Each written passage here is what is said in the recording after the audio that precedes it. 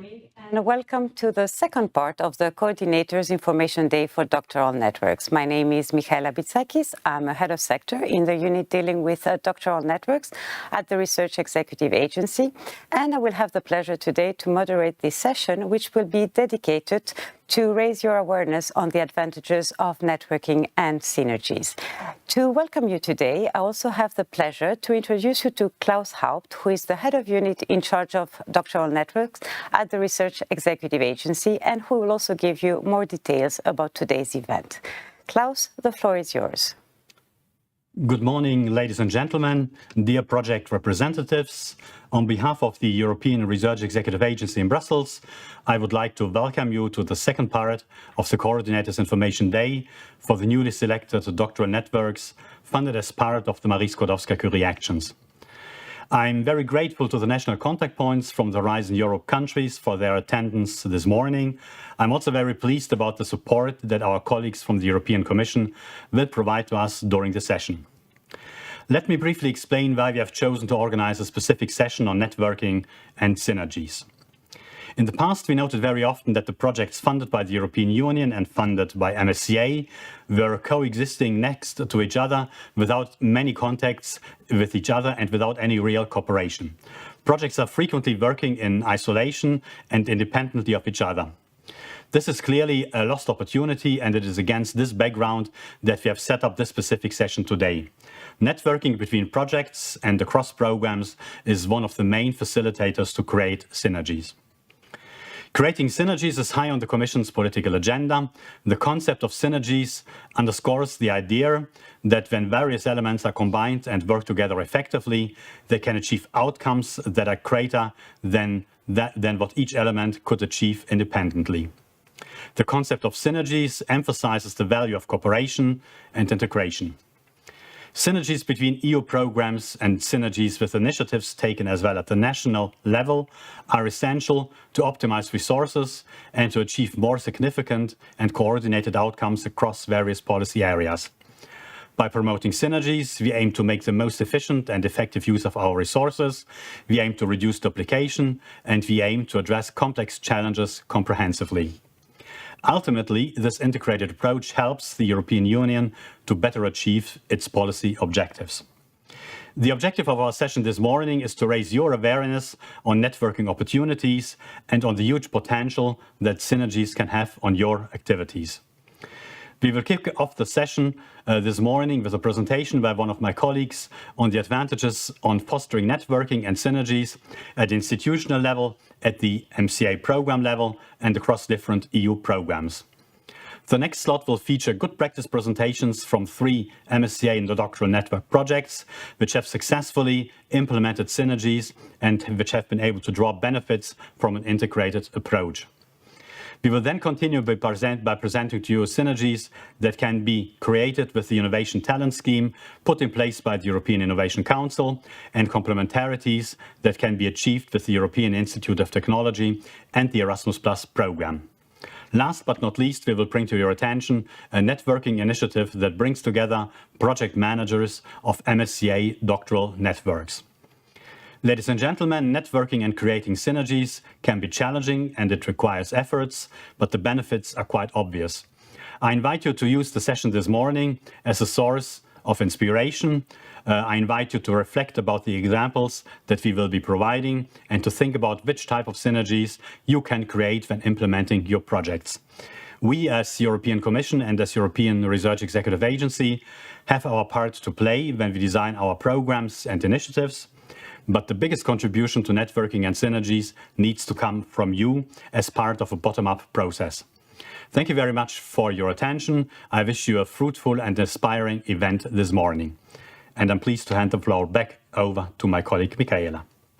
Thank you very much, Klaus. So, for the first presentation of today, I have the pleasure to welcome in the studio Audrey Arfi, who will actually give you a presentation in which she will highlight the advantages of networking and synergies.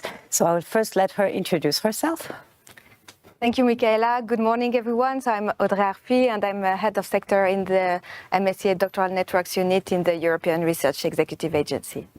Thank you very much, Audrey. So before giving the floor to Audrey for the presentation, I would like to give you some practical details about how the event will be organized today. So as you might have seen in the agenda, we have prepared several presentations, and you will be given the opportunity after a number of presentations to interact directly with the speakers.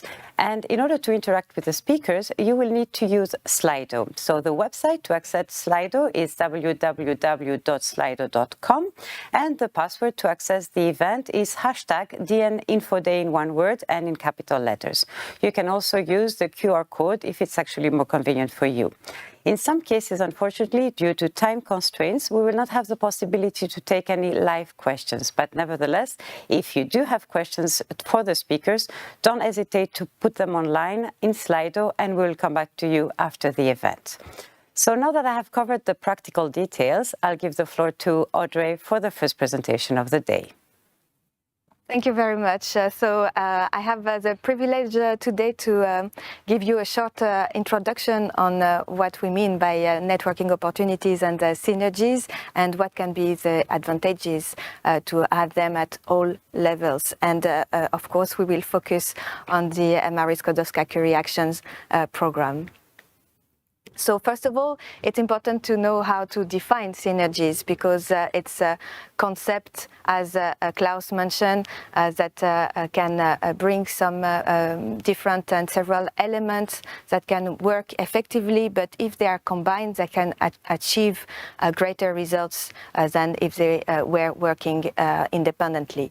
So indeed, as Klaus mentioned as well, synergies encompasses and underlines a concept of cooperation, collaboration, and integration that are key elements if you want to create synergies.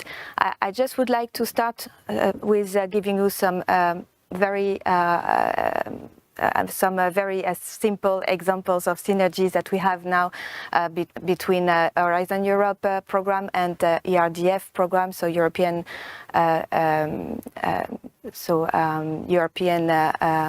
Research Development Fund program, between those two programs, we can have some synergies that exist already at upstream level, in terms of capacity building, trainings, research and innovation skills, incubators, or research and innovation infrastructures. We also have downstream synergies that we can define more as funded projects that produce some results and innovation outputs that can be then used by another project in terms of demonstrators or innovation outputs, some patents. And to identify those downstream synergies, we now have different platforms, such as the Horizon Research platforms, that can be used. And we also have matchmaking tools. And this is the way forward to identify more downstream synergies, so to be able also to use different tools in order to ease those creation of new synergies. And of course, between those two programs, we also have parallel synergies, which can be complementary projects, but usually are still independent actions. So if you want to differentiate upstream and downstream synergies, so for upstream synergies, it's more like funded projects that can achieve a certain milestone, but then which can be taken up by another project to scale it up or for further development. And what is important, as you see, is that networking and cooperation are one of the main facilitators to create synergies. So the synergies are not all about funding, as I mentioned in my previous slides, but it's easier to explain the different types of synergies using the type of funding that are involved. And we have 4 different types of synergies.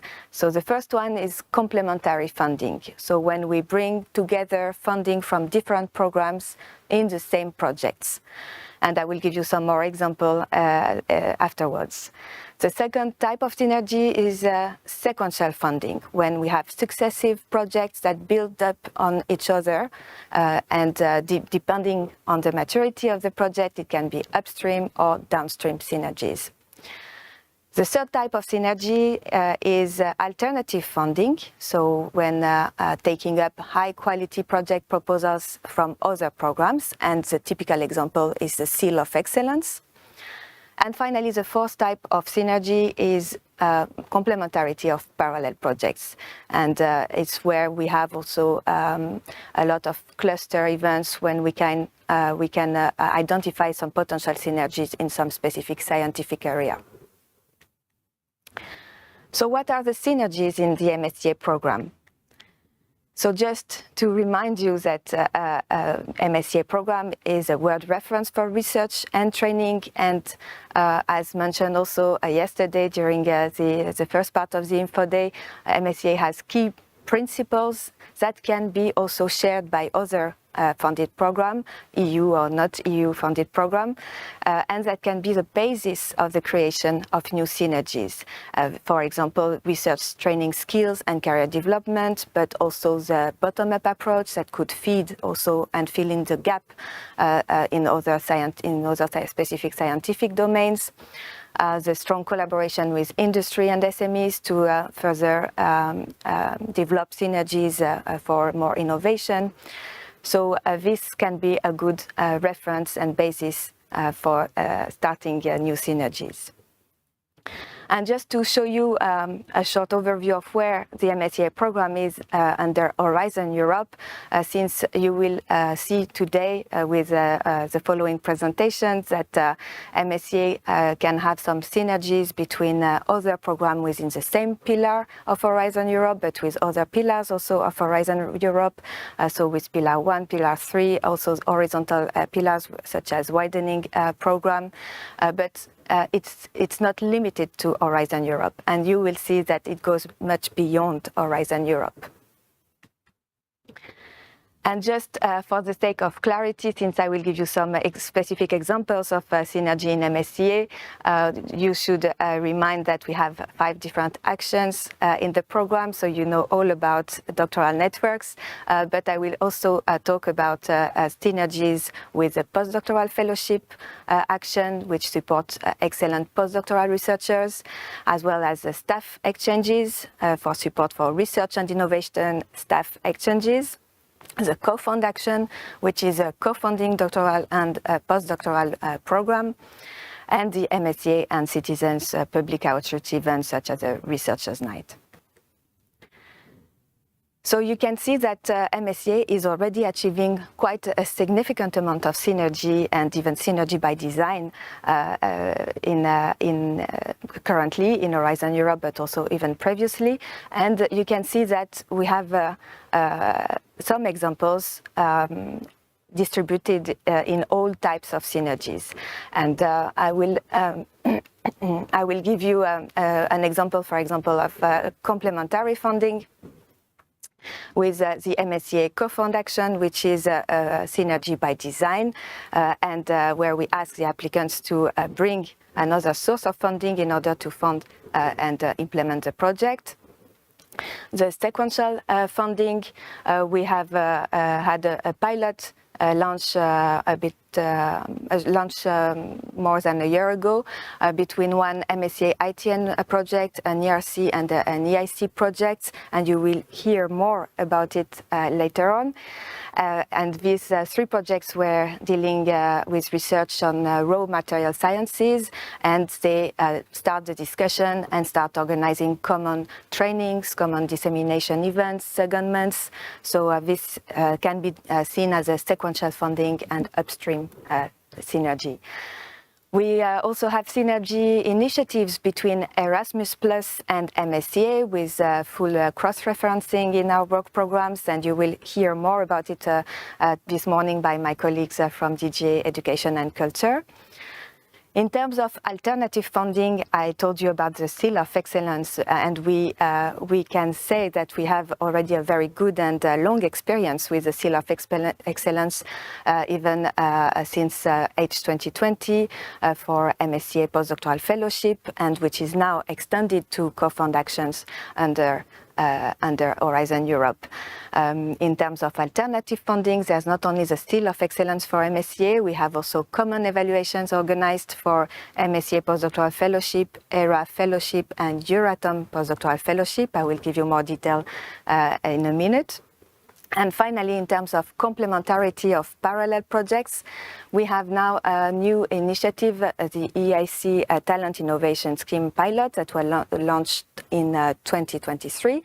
And you will hear more about it as well by my colleagues from the EIC, which is a new initiative with MSCA, EIT, ERC programs with full cross-referencing in the work programs, but you will hear more about all the details about this pilot. And of course, we have also a very similar initiative by the EIT with MSCA Fellows, and my colleagues from DG EAC will give you more detail. So what can be the advantages at all levels? So I will give you three main examples based on the synergies that exist already in MSCA. And you will see a bit how you can benefit from those synergies at all levels. So the first example is about the MSCA Postdoctoral Fellowship and the ERA Fellowship from the widening program, and the MSCA Postdoctoral Fellowship with the Euratom Postdoctoral Fellowship. So what can be the advantages for participating institutions? So first of all, for these calls, you have only one submission for different calls. Of course, as participating institution, this will increase your chances of funding, especially for ERA fellowships, since the applicants can both apply to MSCA Postdoctoral Fellowship and then tick a box to also be eligible to apply for ERA fellowships. And it requires also less resources, so it has a significant impact also on the resources that you will have to put in those applications. At the MSCA program level, there is the advantage to organize only one evaluation process, so again, some savings in terms of resources. And for the ERA fellowship, we also have the opportunity to fully contribute to the widening strategy of under Horizon Europe. And finally, what can be the advantages between EU programs? So first of all, it can extend the MSCA opportunities to the Euratom program, and in particular to the scientific domain specifically funded by the Euratom program, which was not the case under H2020, and which is now possible under Horizon Europe. And finally, it can help fostering balanced brain circulation, especially with the ERA fellowship. So the second example is about the MSCA Seal of Excellence, and as participating institution, you receive the guarantee of an outstanding value of research project that was already evaluated by us. You obtain an award to obtain alternative funding, and usually it is done through the ERDF program. The participating institution usually have the possibility to attract leading talent from abroad. They can increase their visibility and attractiveness of their host institution at an international level. And so far, we have 13 European countries that have participated in the Seal of Excellence since H2020, including widening countries. The advantages at the MSCA program level, of course, the first one is to leverage the Horizon Europe MSCA evaluation process. It was also the case under H2020, and now it is also extended to MSCA co-fund action under Horizon Europe. And of course, we are still contributing to the widening strategy under Horizon Europe. Finally, with the advantages between EU program, It's also a good opportunity to transfer best practices across programs and to widen the target public of all calls and programs. The third example is about the synergy pilot between MSCA ITN, an EIC project, and an ERC project. That you will hear more about it later on during this session. And the first advantages as participating institution is that it can create more collaboration, more networking opportunities. They were able to organize some joint activities such as meetings, training, dissemination, secondments. They can also have a complementarity in the exploitation of results, and they have the opportunities, more opportunities to maximize the impact and the potential results of funded projects, so from the participants' side. At MSCA program level, of course, it still offers more opportunities to increase the impact and to have more results of those funded projects, so from the funding bodies side. And between EU programs, this synergy pilot, which was a small pilot initially, was one of the starting points to start discussing the new scheme and the creation of the EIC Innovation Talent Scheme under Horizon Europe. So I hope that this overview will give you some new ideas to create more networking opportunities and to create maybe more synergies, also synergy by design.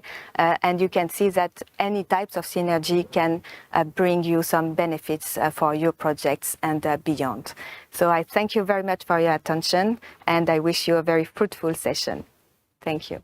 Thank you very much, Audrey, for this very interesting presentation. Indeed, it gives us the flavor of the day. Unfortunately, we won't have the time to take any live questions due to the time constraints. But nevertheless, if you have any questions, don't hesitate to post them on Slido, and we will come back to you after the event. I also see that somebody has asked already in Slido whether we would share the presentations. I would like to reassure you that we will. We will send you the link after we are done with this session. And we will also ask you to take a small satisfaction survey. So now, as Audrey illustrated, there are many advantages in actually fostering networking and synergies. And we thought that the best way to actually demonstrate those advantages would be to invite 3 coordinators from 3 different ITN and DN projects who have actually implemented synergies in their own projects. So in order to welcome them today in the studio, I'm afraid we will have to have a very small technical break of more or less 2 minutes, and then we will continue with the rest of the presentation. So stay tuned, and thank you for your patience.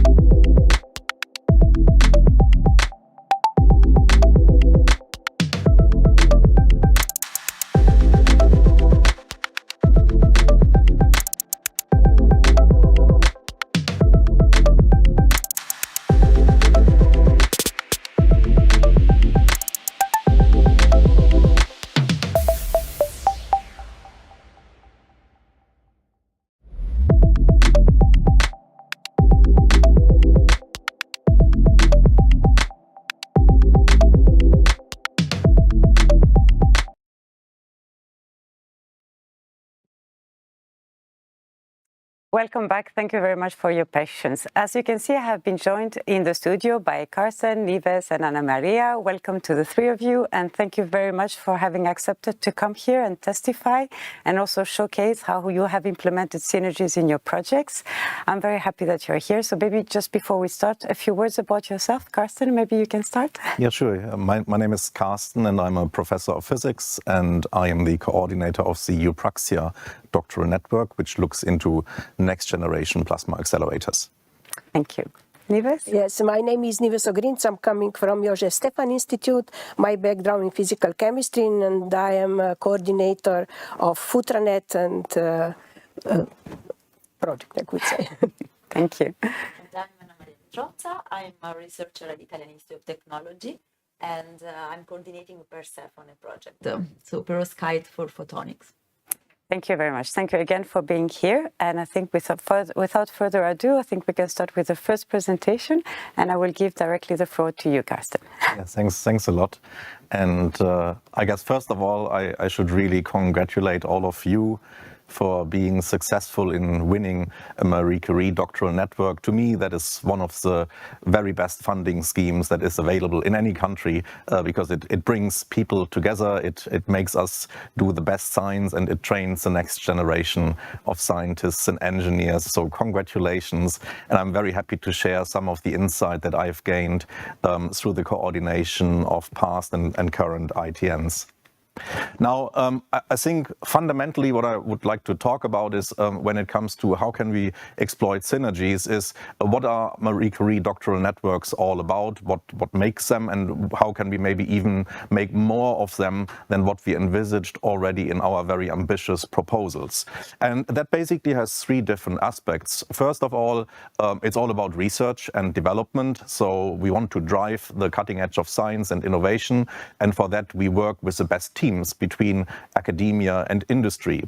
Secondly, we want to train the next generation of experts, and for that there are a number of schemes available in different countries, and there are also opportunities to work together to boost these skills and maximize the employability of the fellows which are employed in the networks.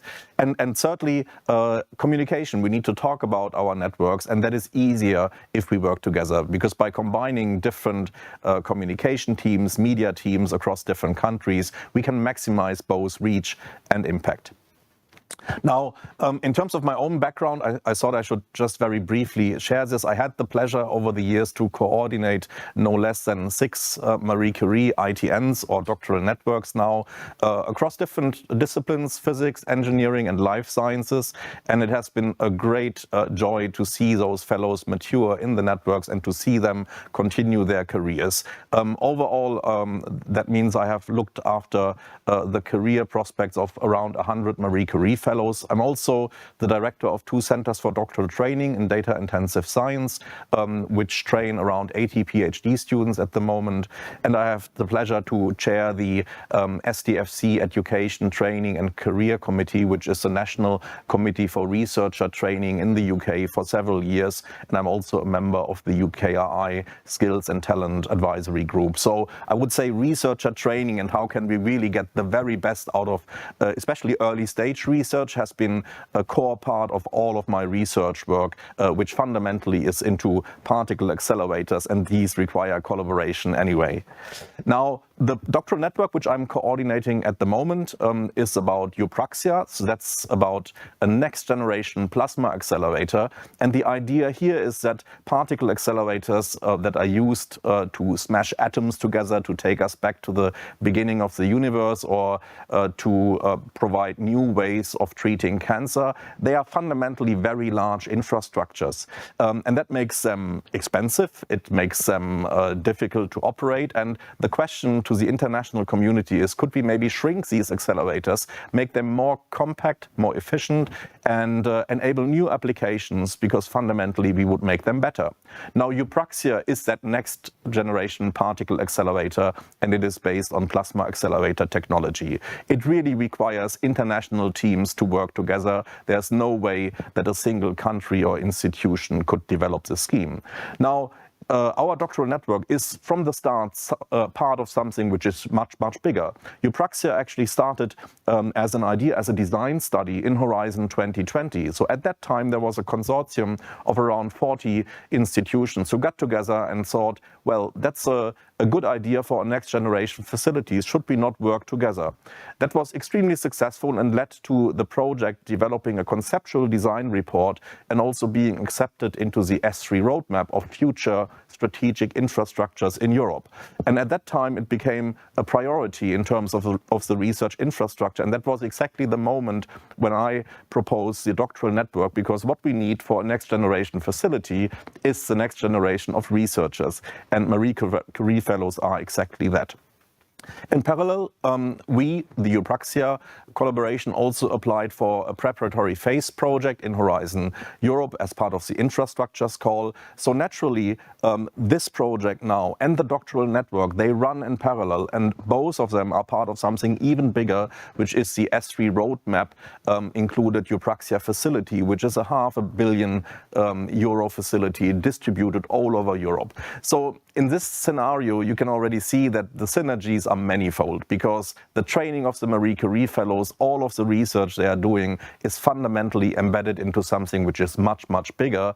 And they also, our fellows, are part of something which is much, much bigger, and that gives them access to just a whole range of additional opportunities well beyond the core doctoral network. So you could say, in this case, it is fairly easy to see the synergies and work together, because it's all part of an even larger facility and straightforward. But the synergies do not stop there, and I very much encourage you to look for synergies outside of your network. And I want to give you a few examples of how exactly you can do that.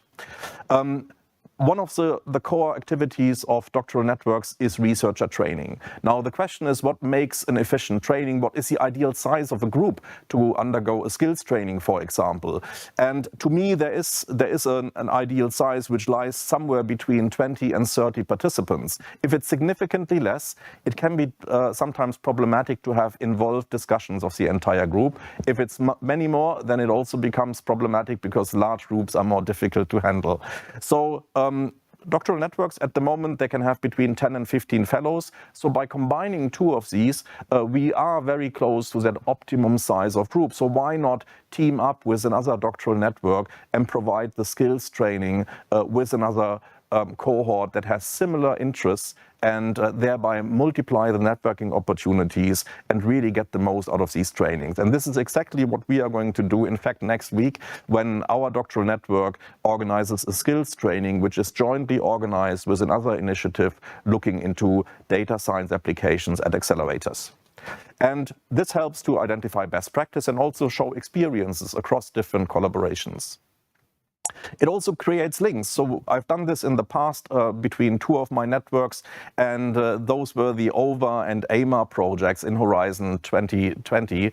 And one of the nice side effects was that we brought these fellows together. They got to learn about their different research areas. They got to know each other, and they also got to know about the different research organizations that were involved. And Miha, who is shown here in the middle, he was actually a fellow in the fundamental research project AVA, which looked into antimatter physics, so really fundamental physics R&D. But he was brought in touch on a regular basis with the fellows of the Optimization of Medical Accelerators network, so something in life sciences. And he enjoyed it so much that after graduating from the AVA network, he took up employment in one of the OMA partner organizations. So here you can see there was the benefit of the joint skills development, networking between the fellows, all the way to one fellow then working in the other area after graduating from the Marie Curie Fellowship. Another big area where synergies can be found very easily is anything related to outreach and communication. Press releases, newsletters, symposia, open days, any of these have much bigger reach and impact if they are multiplied by more partner organizations contributing. It gives enhanced visibility to every single institution, so it's really a benefit for everybody who is involved in these projects. the always limited resources we have available to us, they can be best used by working together. So 3 examples that I wanted to share with you. One is Marie Curie Day 2017, which we celebrated internationally via a partnership that I'm going to talk about. Then a symposium that we held in Liverpool at the time.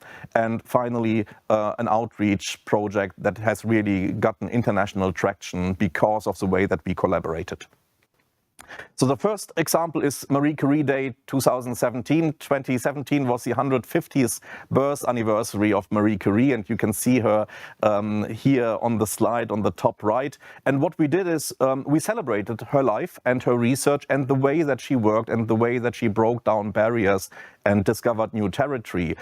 We had this organized at 3 different venues: in Liverpool in the UK, at CERN in Switzerland, and at Ludwig Maximilian University in Germany. The event was live streamed between those 3 events, but also live streamed to all the partner organizations across the different networks that contributed to this day. We had an introduction which was given by Marie Curie herself. That was an actor who acted as Marie Curie and talked about her life. We had posters from our Marie Curie fellows. We had talks which are still available, and we then developed also the Marie Curie webpage that we set up into a showcase of our female fellows to share their stories and successes. So something which took place in several countries in parallel, which was streamed, and at that time we weren't that used to using Zoom and Teams and all the other video conferencing tools all the time, but it was a really good success, and the reach was much, much bigger than what any of our institutions could have achieved alone. The second example was a symposium, a science symposium, a day that was open for the general public, and in particular also to high school children, to attract them into STEM topics. We targeted underrepresented groups, in particular schools for girls, where the uptake of science is still relatively low, and we attracted almost 1,000 people into that symposium. That would never have been possible with a single project, but the 3 of those that work together, in this case the AVA ITN, the OMA ITN, and the LIFT.CDT, they really managed to pull their own strengths and to attract all of these together. It also allowed us to cover a much broader range of topics. So AVA, as I said before, is about fundamental physics in antimatter research, quite exotic, but maybe not for everyone. OMA is about ion beam therapy and cancer treatments, and that typically reaches out to a very wide public. And LIFT finally was about data science and the research that takes place in this area, which is a hot topic area also. And you can see from the poster here the plasma ball, which is shown on the bottom right. If you look very closely, you can actually see our Marie Curie fellows, because the plasma ball is composed of the heads, the CV type photographs of all the fellows that make up that plasma ball, and that illustrates that by working together we really get the best science out of it. Now, my last example is about outreach. So other than loving physics, I also love Star Wars. So I thought, why not teaching physics through Star Wars?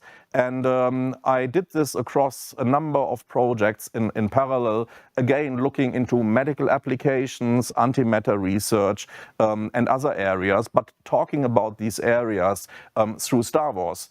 So if you take just one example, one of the probably most iconic scenes in Star Wars is when Luke Skywalker fires a proton torpedo that destroys the Death Star in the very first film from 1977.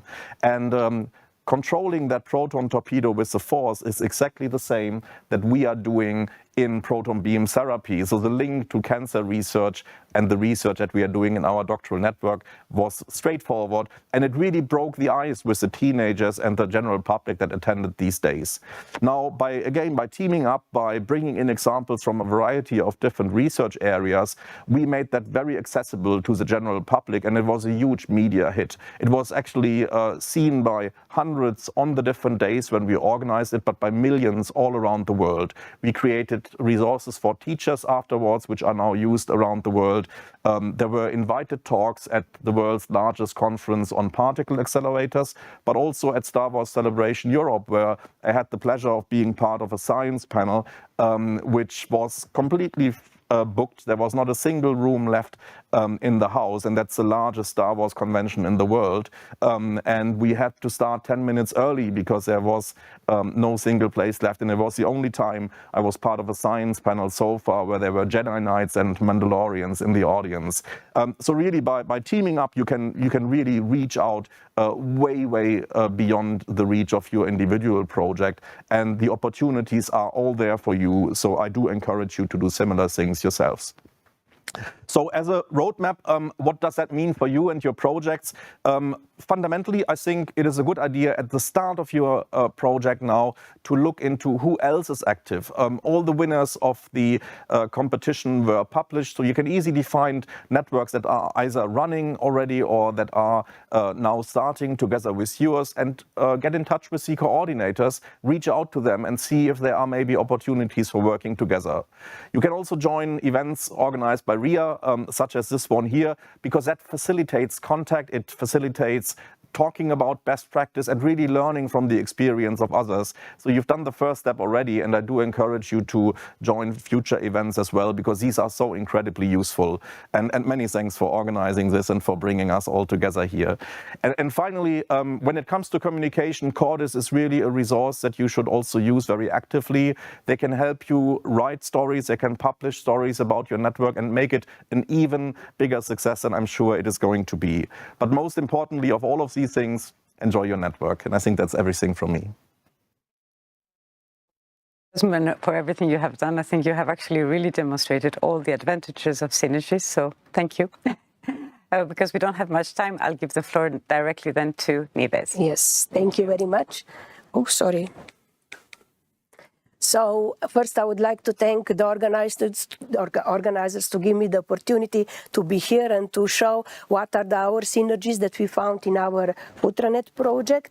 And just before we started, opposite to Karsten, I am the first time the coordinator of ITN, and let us start.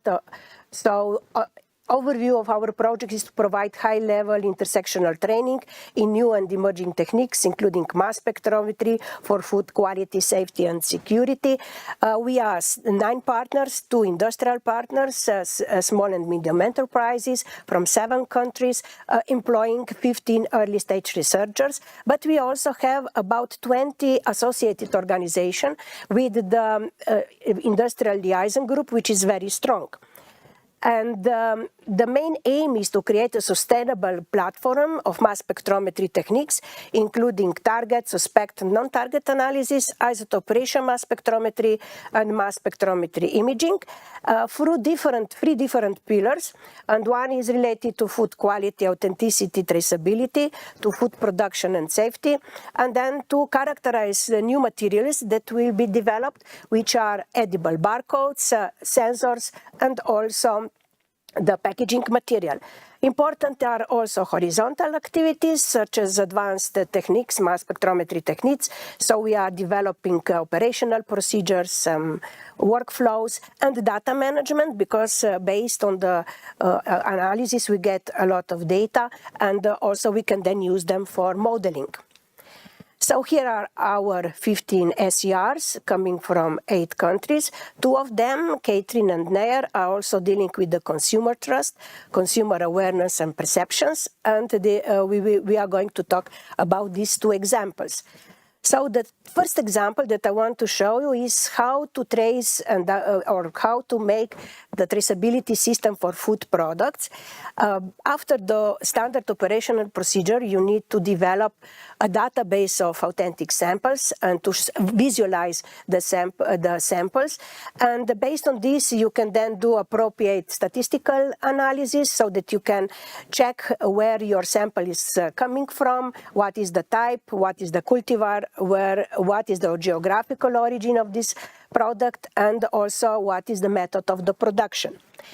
So our SCR6, which is Katie, is developing a software that means which is developed by two layers, one with the data using isotope and elemental data coming from the literature, but also by ourselves, so by analysis. And this database does not only include the data or analysis, but also geolocations, then also the climate conditions and agro production, because they are very important when we want to evaluate our samples. And you can see here the next layer is also the visualization layer, and where with the database, and you can see the commodities that at the moment are available. And based on this traceability system, on this database, this can be implemented in other European projects, and we do this in two European projects. One is the ProMet Life, which is the Prima projects dealing with the saffron and vegetables, and the second one is the Fish Trust, which we are coordinating and dealing with fish and shellfish. That means that the database will be prepared and will represent the sound basis for the database and visualization of our results obtained in these two projects. And you can see here one of the example about the saffron. We are covering actually all the countries where the saffron is produced.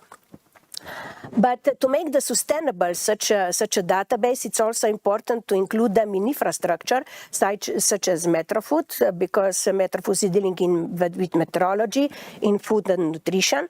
It is including the physical infrastructure, but also the electronic infrastructures, and we can then put this database in this infrastructure.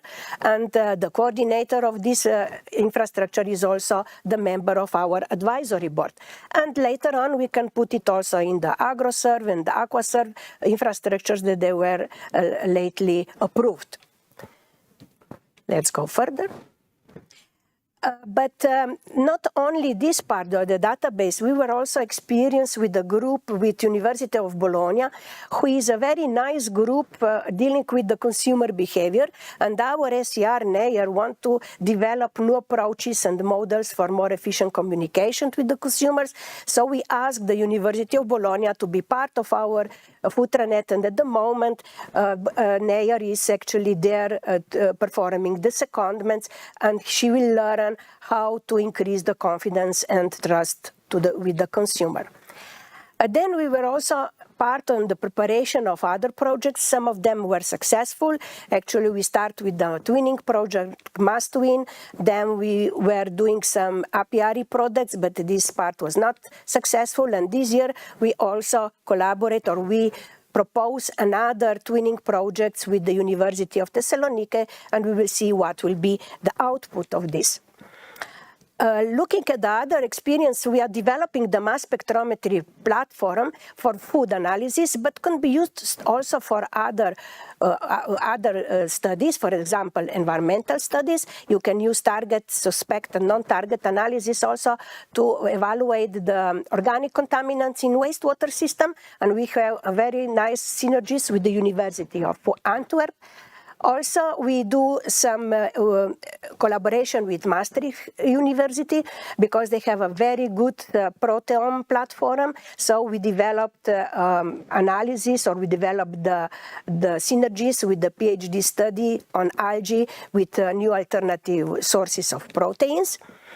And this year we are also organizing a symposium.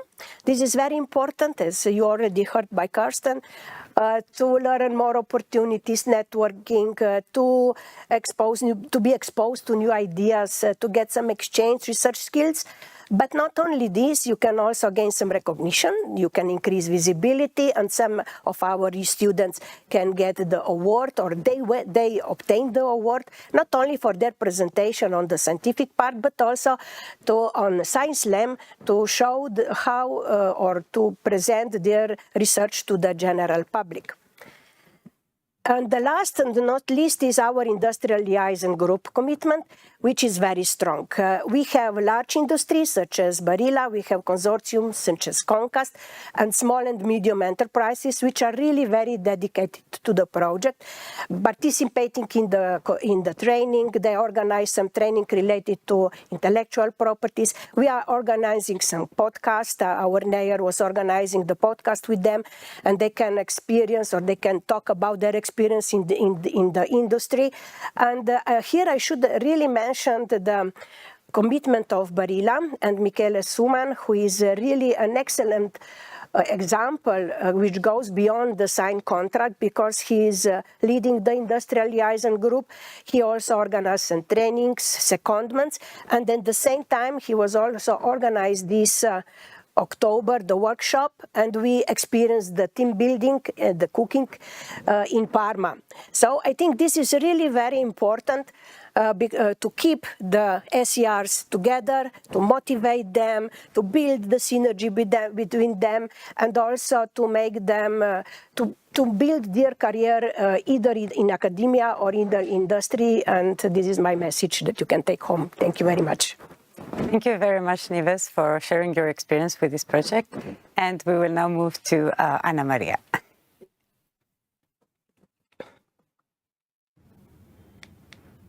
Okay, so as I was mentioning before, I'm the coordinator of Persephone project, so perovskite semiconductor for photonics. As for Nives, this is my first experience as a coordinator, but I already was involved in other 4 Marie Curie network as a beneficiary. So what I was thinking is to give you first some idea about what Persephone is, in order to understand how then, which were the strong points that help us to build the synergies. So Persephone want to develop a novel class of materials to innovate the field of photonic technologies. So the main, all the, let's say, the activities are around these metal halide perovskite materials. These are a wide library of semiconductors. And from, let's say, from a technical point of view, what we do, we develop materials, we fabricate devices, and we try to integrate them in existing technologies in order to enrich them with new functionalities that perovskite may provide. So Persephone is structured in 5 work packages. 3 of them are technical, let's say, they deal with science, and then 3 of them are more focused on the dissemination, outreach, and the training and the management of the project. We have 14 ESR, and they are exposed to a wide spectrum of expertise, as I was mentioning before, so material synthesis, photonic device, integrated circuit fabrication, characterization, and modeling. Now, we have 8 academic beneficiaries and 4 industrial beneficiaries.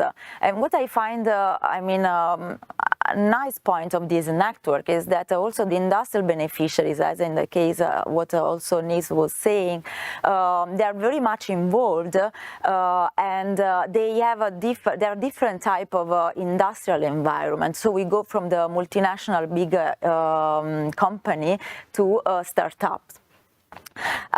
Which can provide students, so the early stage researcher, a flavor of what means working in a university or a research institute or in a company of a different type, a different size.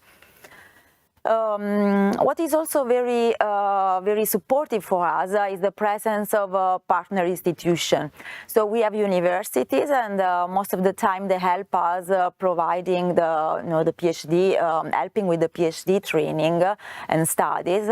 But we also have some association like SPIE or IEEE, and they help us a lot in the communication and outreach activities during the development of the project. Now, Persephone, all these Marie Curie network are have a big focus on the training and on the outreach.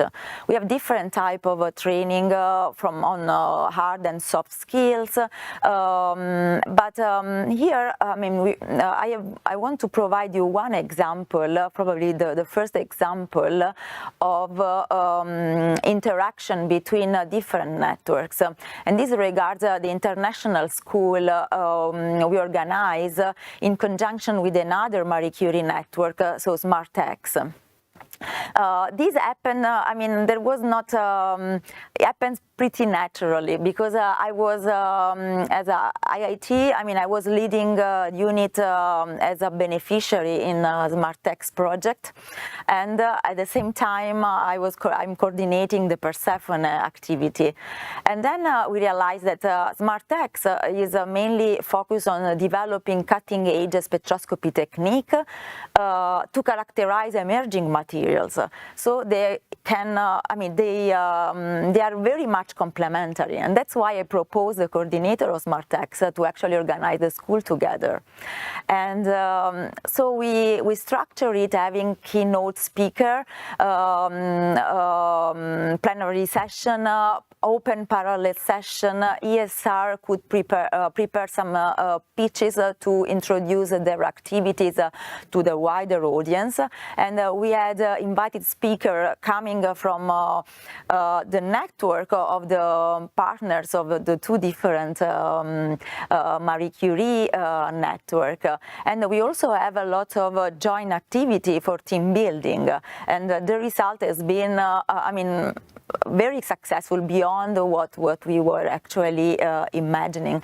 And in fact, so far there are a strong collaboration in a sort of bottom-up construction. So students were able actually to talk to each other and providing an added value to what, as a coordinator and PI, we were actually building.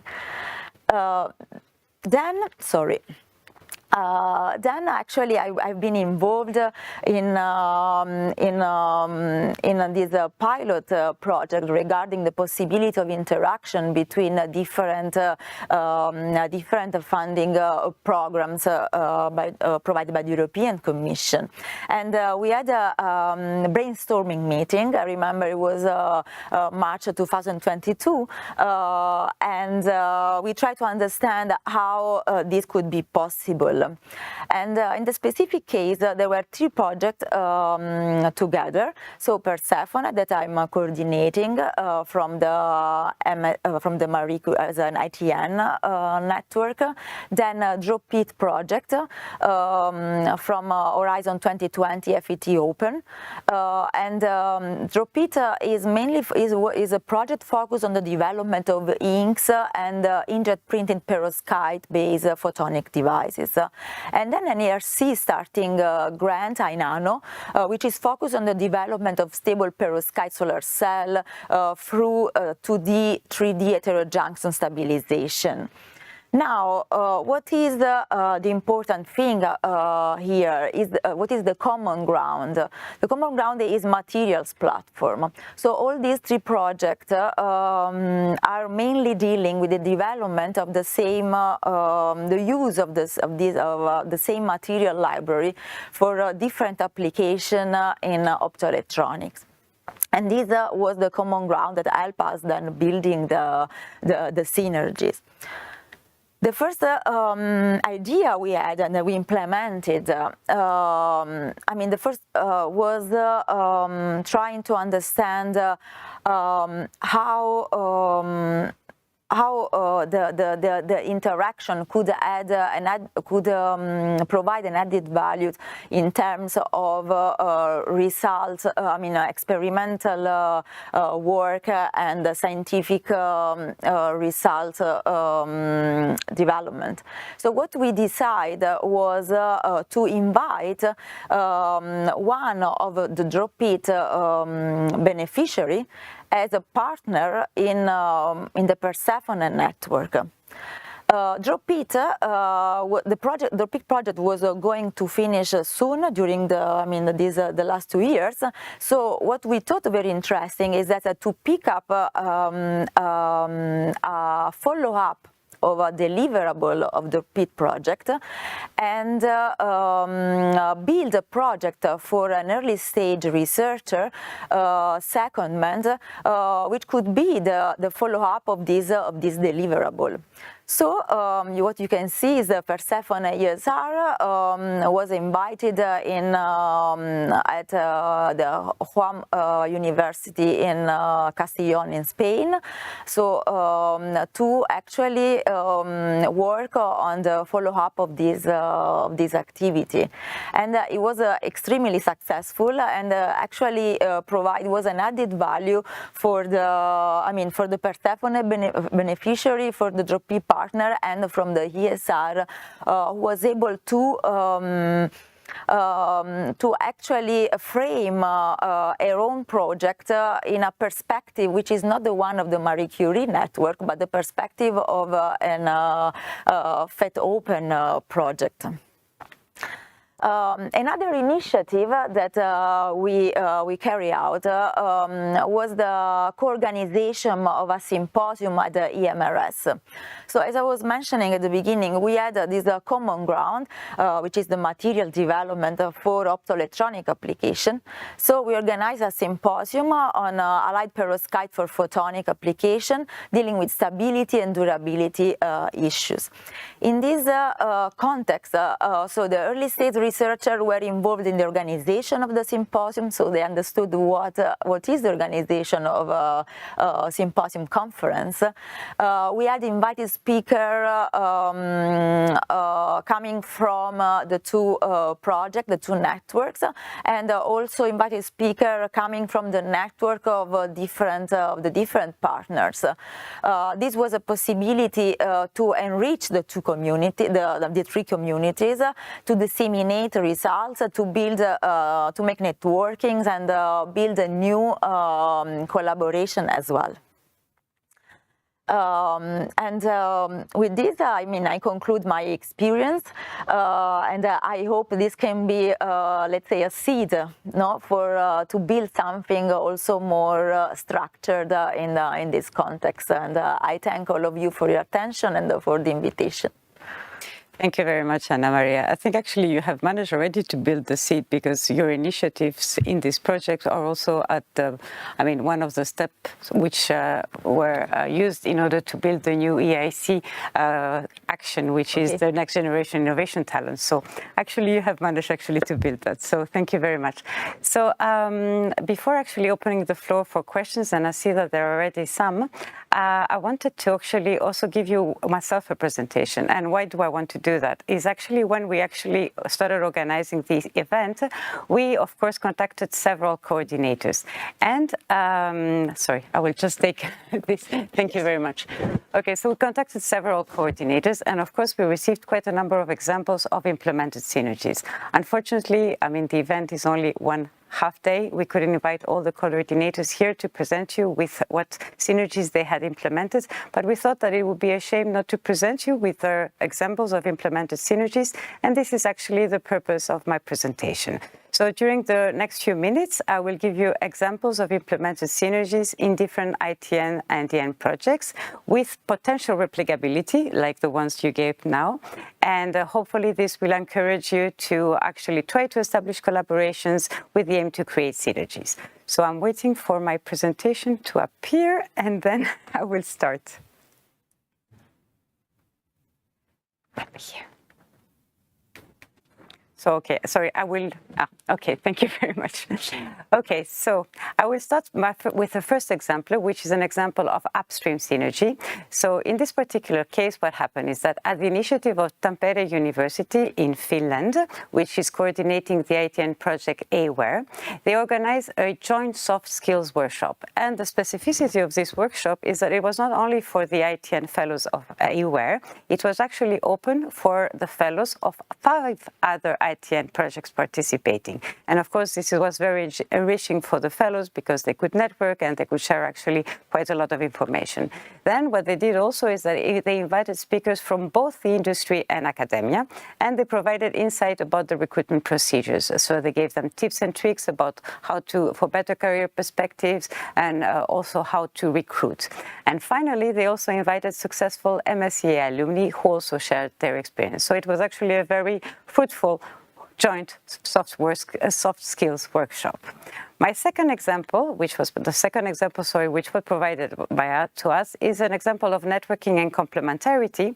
And in this particular situation, it was initiated by the same PI, but working on different projects which were funded by different EU funders. So what happens is that the same PI actually initiated research collaborations through the sharing of research data. And this actually collaboration led to common publications under the same supervisor. So the first example is a collaboration between an MSCA ITN fellow from the project Apropos with a postdoc in the project LETSOL, which was actually funded in the frame of LIPRE, which is the long-term joint EU-AU research and innovation partnership on renewable energy. And the second example is between an MSCA ITN fellow from the project AWARE, who collaborated in the project 6G Sky, which is actually supported by Celtic Next, which is the ICT cluster under the umbrella of Eureka. So as you can see in my slides, I have highlighted the name of the projects. So in case you would like to get additional information on the synergies, I would really recommend you, as Kerstin said before, go to Cortis, get in contact with those projects, try to see how they have worked together. I think it can be very useful.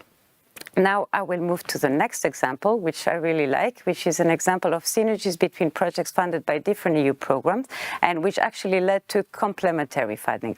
So what happened in this particular situation? So the PI of the project IMMERSAFE, who was coordinated by the University of Tampere, actually started involving the ITN fellow of the IMMERSAFE project very early in a project which was funded by Fusion for Energy, the European undertaking for ITER.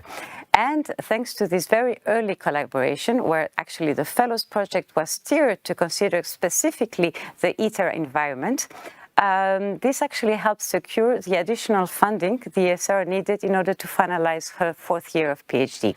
As you know, in ETNs, unfortunately, we only fund 36 months. So the fourth year, for the fourth year, fellows need to fund additional funding. And in this case, actually, the fellow could continue her research under the Fusion for Energy project after IMMERSAFE ended.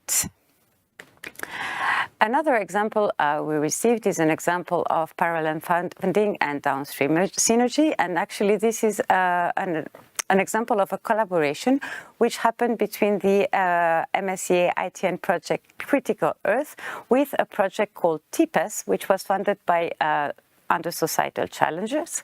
And what happened is that they established a collaboration and they established synergies via a common research agenda, via common management structures, and via common beneficiaries and partners. So this collaboration actually led to regular interactions via webinar and student seminars. It also led to the mentoring of ITN students by postdocs and senior researchers from the TIPES project. And finally, it led to joint publications and joint media outreach activities, which, as you all said, also increased the impact of the project results. Another example of parallel funding and complementarity is actually between three ITN projects, which were funded under the same call, and the projects are Colotan, Inpharma, and HPOP. Actually, those three projects were dealing with the same research area, so they were actually looking into drug development, therapy, and clinical studies. And what they did is that they pulled their resources together, and they organized different events together. So for example, Colotan organized 3 symposia, so you all mentioned symposia now, so this is actually complements what you have been saying. So in the first symposia, in the 3 symposia organized by Colotan, there were 440 participants working on different projects but on the same subjects, and of course the projects in pharma and HPOP participated in that symposia. Then in pharma organized a workshop at the AstraZeneca. It invited also the InPharma and Colotan ESRs, and of course this gave the opportunity for the ESRs to understand the regulatory aspects of new medicine, and it also gave them an opportunity to network. And finally, HPOP organized an introduction day. This was actually a closed event, but even though it was a closed event, it invited the fellows from Colotan and InPharma. So actually those common activities led to improved knowledge exchange, of course, because the projects were working in similar areas, and it also created additional networking opportunities for the ESRs. Now I will jump to my last example, which was actually initiated by the ITN project Mistral. And so Mistral initially, actually it emerged from a report which was commissioned by the EU Joint Research Centres. And what happened is that the Mistral members were actually recognized as experts in energy transition. And of course, the EU was also funding other projects in this area, and the Mistral supervisors were researchers and members of advisory boards of projects such as Wind and Crowd Thermal. And of course, this allowed cross-learning from different projects, creating further synergies from EU funding. Finally, the Mistral partners also created synergies with projects funded by some member states, such as Civic Renewables and Co-Wind, and also with other EU research training programs, such as the ITN Smart Bees or the Interreg-funded Bryden Center. So all this actually created improved knowledge exchanges with projects in similar areas. It created additional networking opportunities for the ESRs through shared trainings and summer school events. So those were just a few of the examples we collected. I mean, there are many more, like the ones which were presented to us today by our speakers. And actually what I wanted to reiterate here is that it's actually up to you to see how you can build collaborations. But we have some good practices to share with you with potential replicability, which might help you establish collaborations. So would I really encourage you to encourage the PIs and the supervisors involved in different projects, which can be funded by the EU or not, to enhance collaborations between PhD and postdoc and encourage them to collaborate and publish together. We also encourage you to establish channels to facilitate knowledge sharing, for example, through a shared repository in a team, a department, where, for example, data is shared following the open data policy. You can also look into organizing workshops by inviting students from multiple ITNs and DNs. This can be particularly relevant if the projects are actually in the same field, or for trainings which are related to soft or transferable skills. Finally, we would also recommend you, but I think this is something very evident for you, you should actually use your research outputs to build new proposal collaborations and to identify other EU projects or programs covering similar or complementary topics, and either build on their results and collected data, or capitalize on your own outcomes through scientific exchange collaboration during the life cycle of your project and after its end. So another idea of a good practice is to also have a dedicated department within a university which actually centralizes the information about all the EU grants. But not only, I would go a bit beyond here, not only the EU grants, also all the other projects which have been funded, which have received funding, and organize presentations about ongoing projects a few times a year to actually know what the others are doing in the same university as yours. And what we also heard is that in some cases, some projects also invited the HR department and the communication department of the university to give, for example, a training on recruitment, which is very important in DN projects, or also on communication, dissemination, and exploitation activities. So those are, of course, just a few examples of good practices. And from the feedback we collected from the coordinators, I mean, what they told us is that usually pre-existing interactions and long-term and cross-sectoral collaborations are, of course, key to build trust. And this is important to create synergies and access to further opportunities through the networks created. They also told us that exploiting synergies with other projects and with other programs was, of course, very positive, despite the challenges in implementing those synergies. But of course, those synergies led to unexpected connections and benefits, as well as an increase of the impact of the project results through joint communication and dissemination activities, which is something which we already heard now. So another tip which they gave us is that you should actually try to establish networks of former or current coordinators of ITN, DN projects, EID, IDs, EJDs, JDs. Okay, I'm using acronyms, so it's actually European Joint Doctorates and Joint Doctors for Horizon Europe, and the European Industrial Doctorates for Horizon 2020 and Industrial Doctorates for Horizon Europe. And it would be interesting actually to form those networks in order to be able to share best practices and recurrent issues also. And this is especially relevant for ID projects and JDs, so industrial doctorates and joint doctorals, because they have a similar setup and usually they are facing the same issues. And we were also informed that the RIA project officers who have actually an overview of all the funded projects can actually be instrumental in order to help you establish connection with sister projects.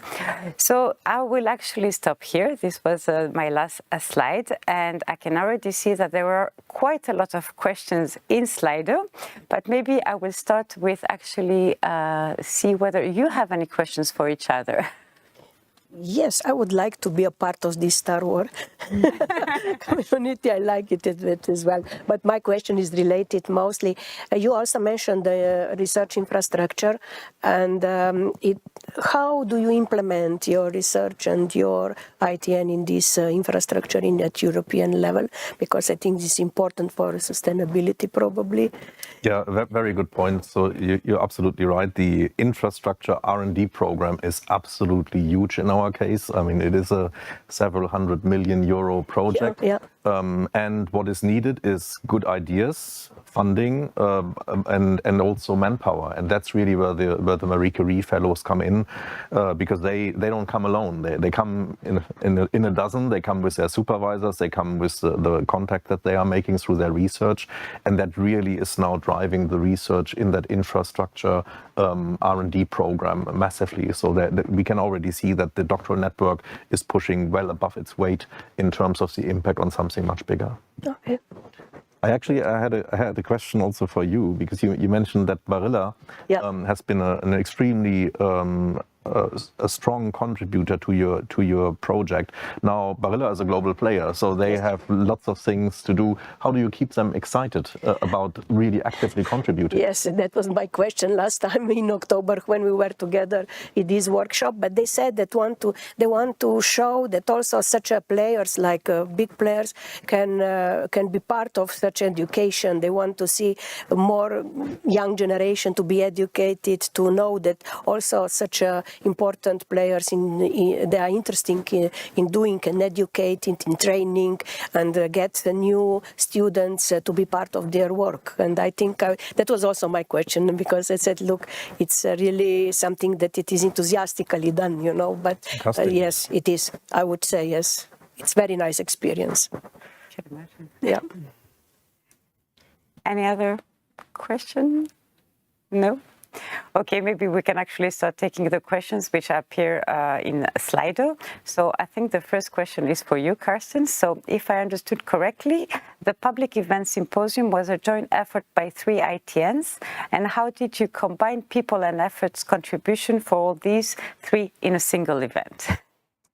Yeah, that's an excellent question, and it's not an easy task, but I suppose you out there, you have done this to some extent already, because you had to convince organizations to contribute to your doctoral network, which I'm sure not all of them were immediately up for, and that you had to convince some. So I think the main driver really was to have a vision of what that symposium could become if we work together. Then how do you work together? Well, it has to be a fair and equal partnership. So I think similar to what you showed on one of your slides, it meant that in terms of the event organization, there were contributions from every single network at a completely similar level. There was the expectation that the different networks contributed through manpower on the day in the running and preparation of the events, and also the expectation that everybody contributes to the dissemination afterwards. So how do we communicate about the events using the media team? So it was really by firstly getting buy-in from everybody into that vision of what could we become if we work together. That's absolutely central. And then also insisting that people pull their weight and that they actively contribute. And I think that's in the end what made it a success. Okay, thank you. I think the next question is also for you. So what are the main challenges that you faced in creating those various synergies? Yes, we talked a lot of benefits, but it's true that it's not easy. I'm sure that Anna Maria and Niamh also have something to say about this, but I think fundamentally, when you are starting your networks now, you have a busy few years ahead of yourselves, because your grant agreement now tells you exactly what you need to implement, and these projects, they will be very ambitious, otherwise you would not have received the funding. So you are in a situation where you have a lot to do. You need to recruit the best and most talented fellows, and then you need to oversee their research and training program. And I'm sure you already have events also included. And now what we are asking you is to even go beyond these ambitions. But to some extent, I think that's similar to the discussions we have with every single fellow when we discuss their initial career development plan. Because when they start in the project, we always put together the most ambitious career development plan that we can. But then we review it every 3 months or so. And by the end of the project, every single time, the final career development plan is so much more than we could ever have dreamt of. And I think that's basically what we are asking you to also do now. You have been successful with your doctoral network proposal, and surely that is going to be an amazing project. But we are asking you to look beyond. What more could it be now that you have secured the funding? I think that's the way that I would look at it. Okay, do you want maybe to complement? Yes, I think also, I think that all the coordinators should be also interested to look at other opportunities, to see where they are, to look at other possibilities. And if you like your science, then you know where to go, in which way, and then you can do some synergies with other projects. You can, with other people, you make some presentations and so on. I think that the most important is your passion, and also to be active in your role. That's the most important, and see where you can go and help actually SCR to find a way, because you can start at the beginning with different topics, and then you can just move and see how the project will be developed in respect to the SCR's willing, because at the beginning it was written not for them directly, just for, I think this is important, Okay, thank you very much. Yeah, no, I mean, I fully agree with that. So considering, I mean, the proposal is the starting point. Mm-hmm. So it's very important to start with a good core of PIs who already, have a story. Mm-hmm. But what is really important to keep in mind is that then we need to shape the network around the students, mm-hmm. the early stage researcher, because they will be different from each other. Yes. And as for any PhD project, then you need a PhD. An early stage researcher is different from a postdoctoral fellow.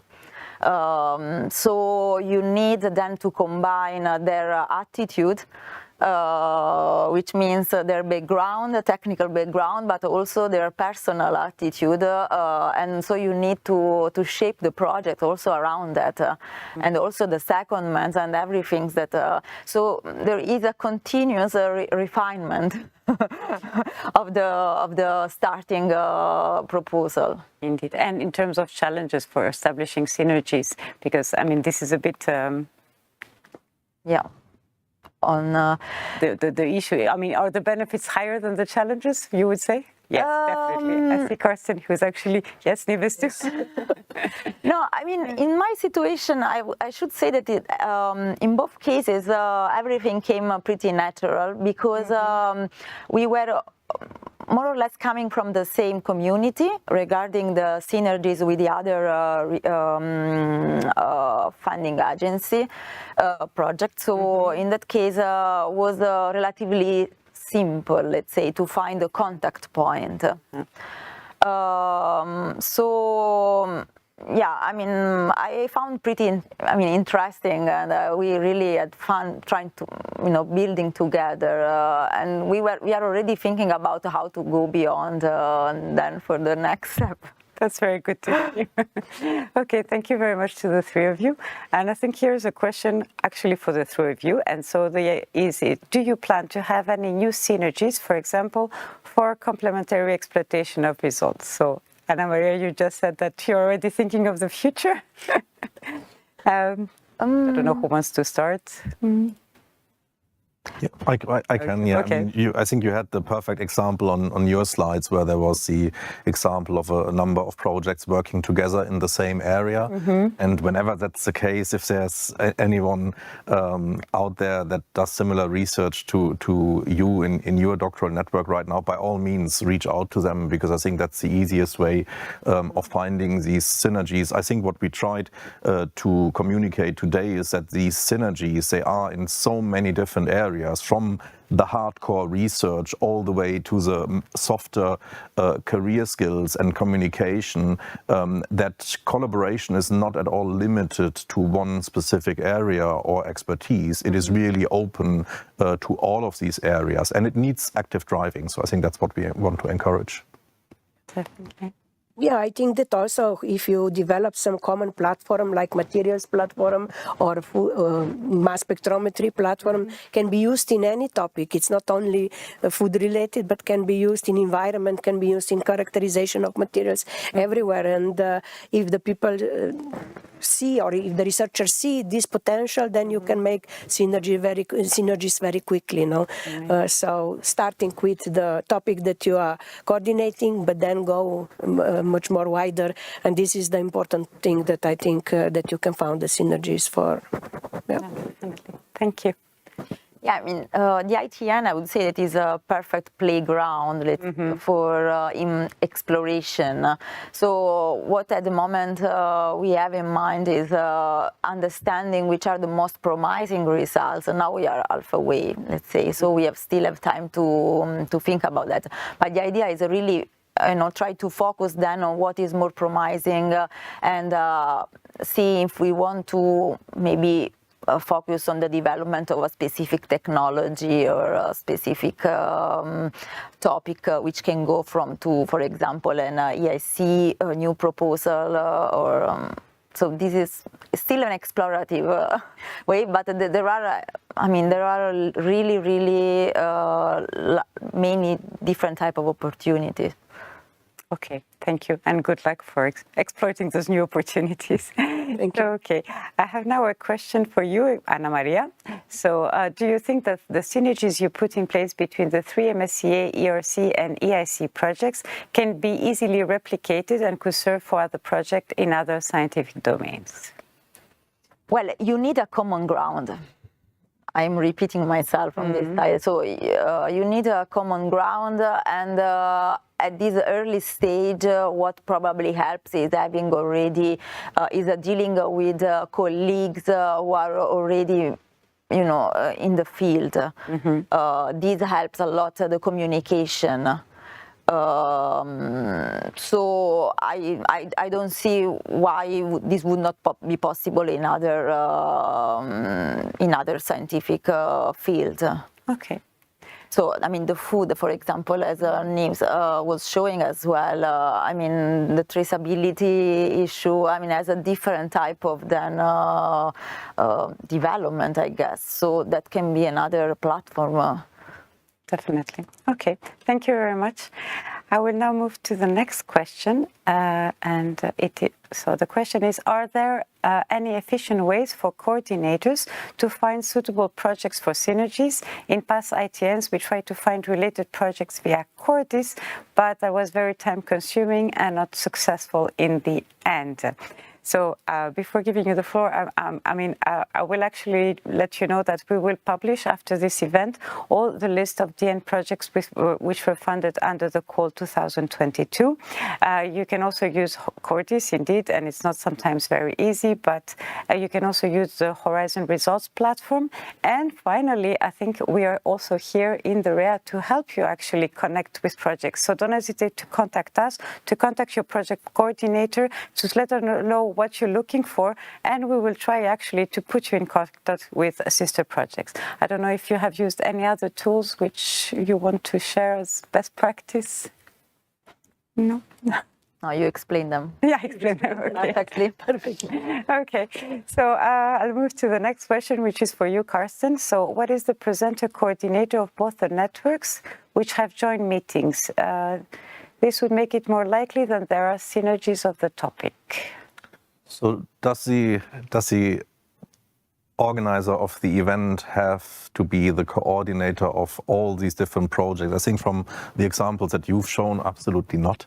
I think that is a possibility. I think sometimes if there is a person who coordinates more than just one project at the time, or if they are involved in a number of different projects. In our case, at the moment, I'm involved in the Eupraxia preparatory phase project, the S3 project, and the doctoral network. So obviously we speak to each other on a very regular basis anyway, and that makes it somehow easier.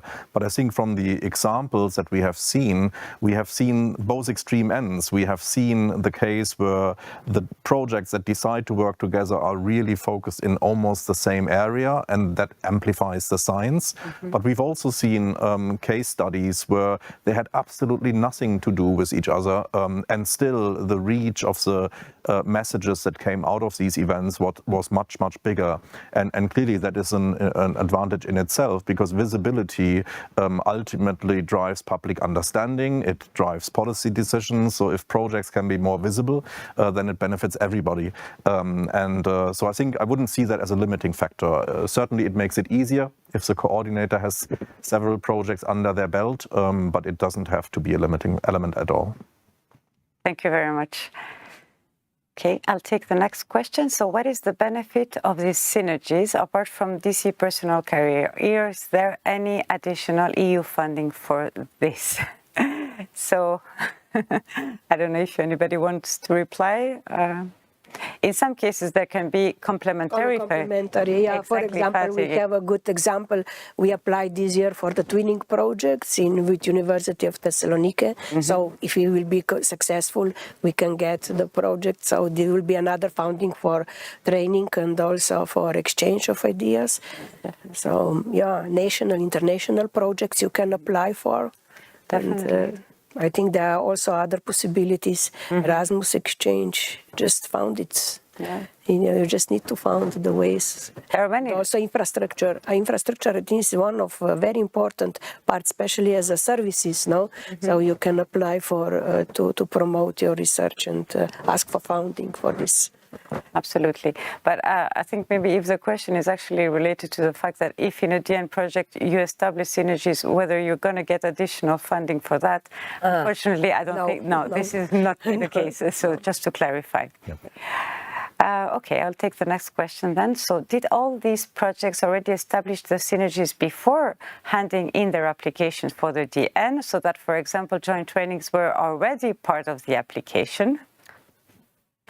No, not in a single case. Actually, none of the activities were included in the proposal and were then, in our case, fleshed out with the project officer or officers in many cases. So it wasn't part of the plan, and I think that's also the message we want to give today. It's really now that you already have your project funded and selected, where you still can think about how can you get even more out of this. I think that's what we are after, not the things that you develop beforehand to maybe strengthen your application.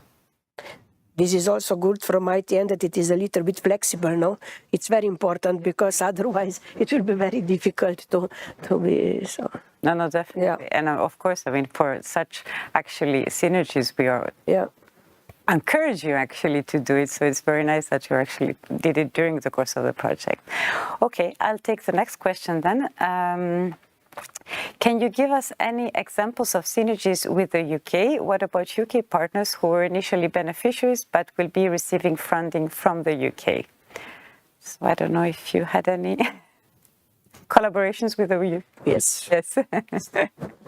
Yeah, I think the same opportunities are open to UK partners as well. If they were beneficiaries initially, then they will now receive exactly the same funding, not from Brussels, but from the UKRI Guarantee Fund. And they should also be making the same financial contribution to what is normally a central pot of money, which is managed by the coordinating institution to allow for central training, central management of the project. And this way, a UK partner organization is really no different from any of the beneficiary partners. They don't have to do the same reporting. They report to UKRI via EPSRC, but other than that, I don't think there's any significant difference really. Okay, thank you very much for clarifying.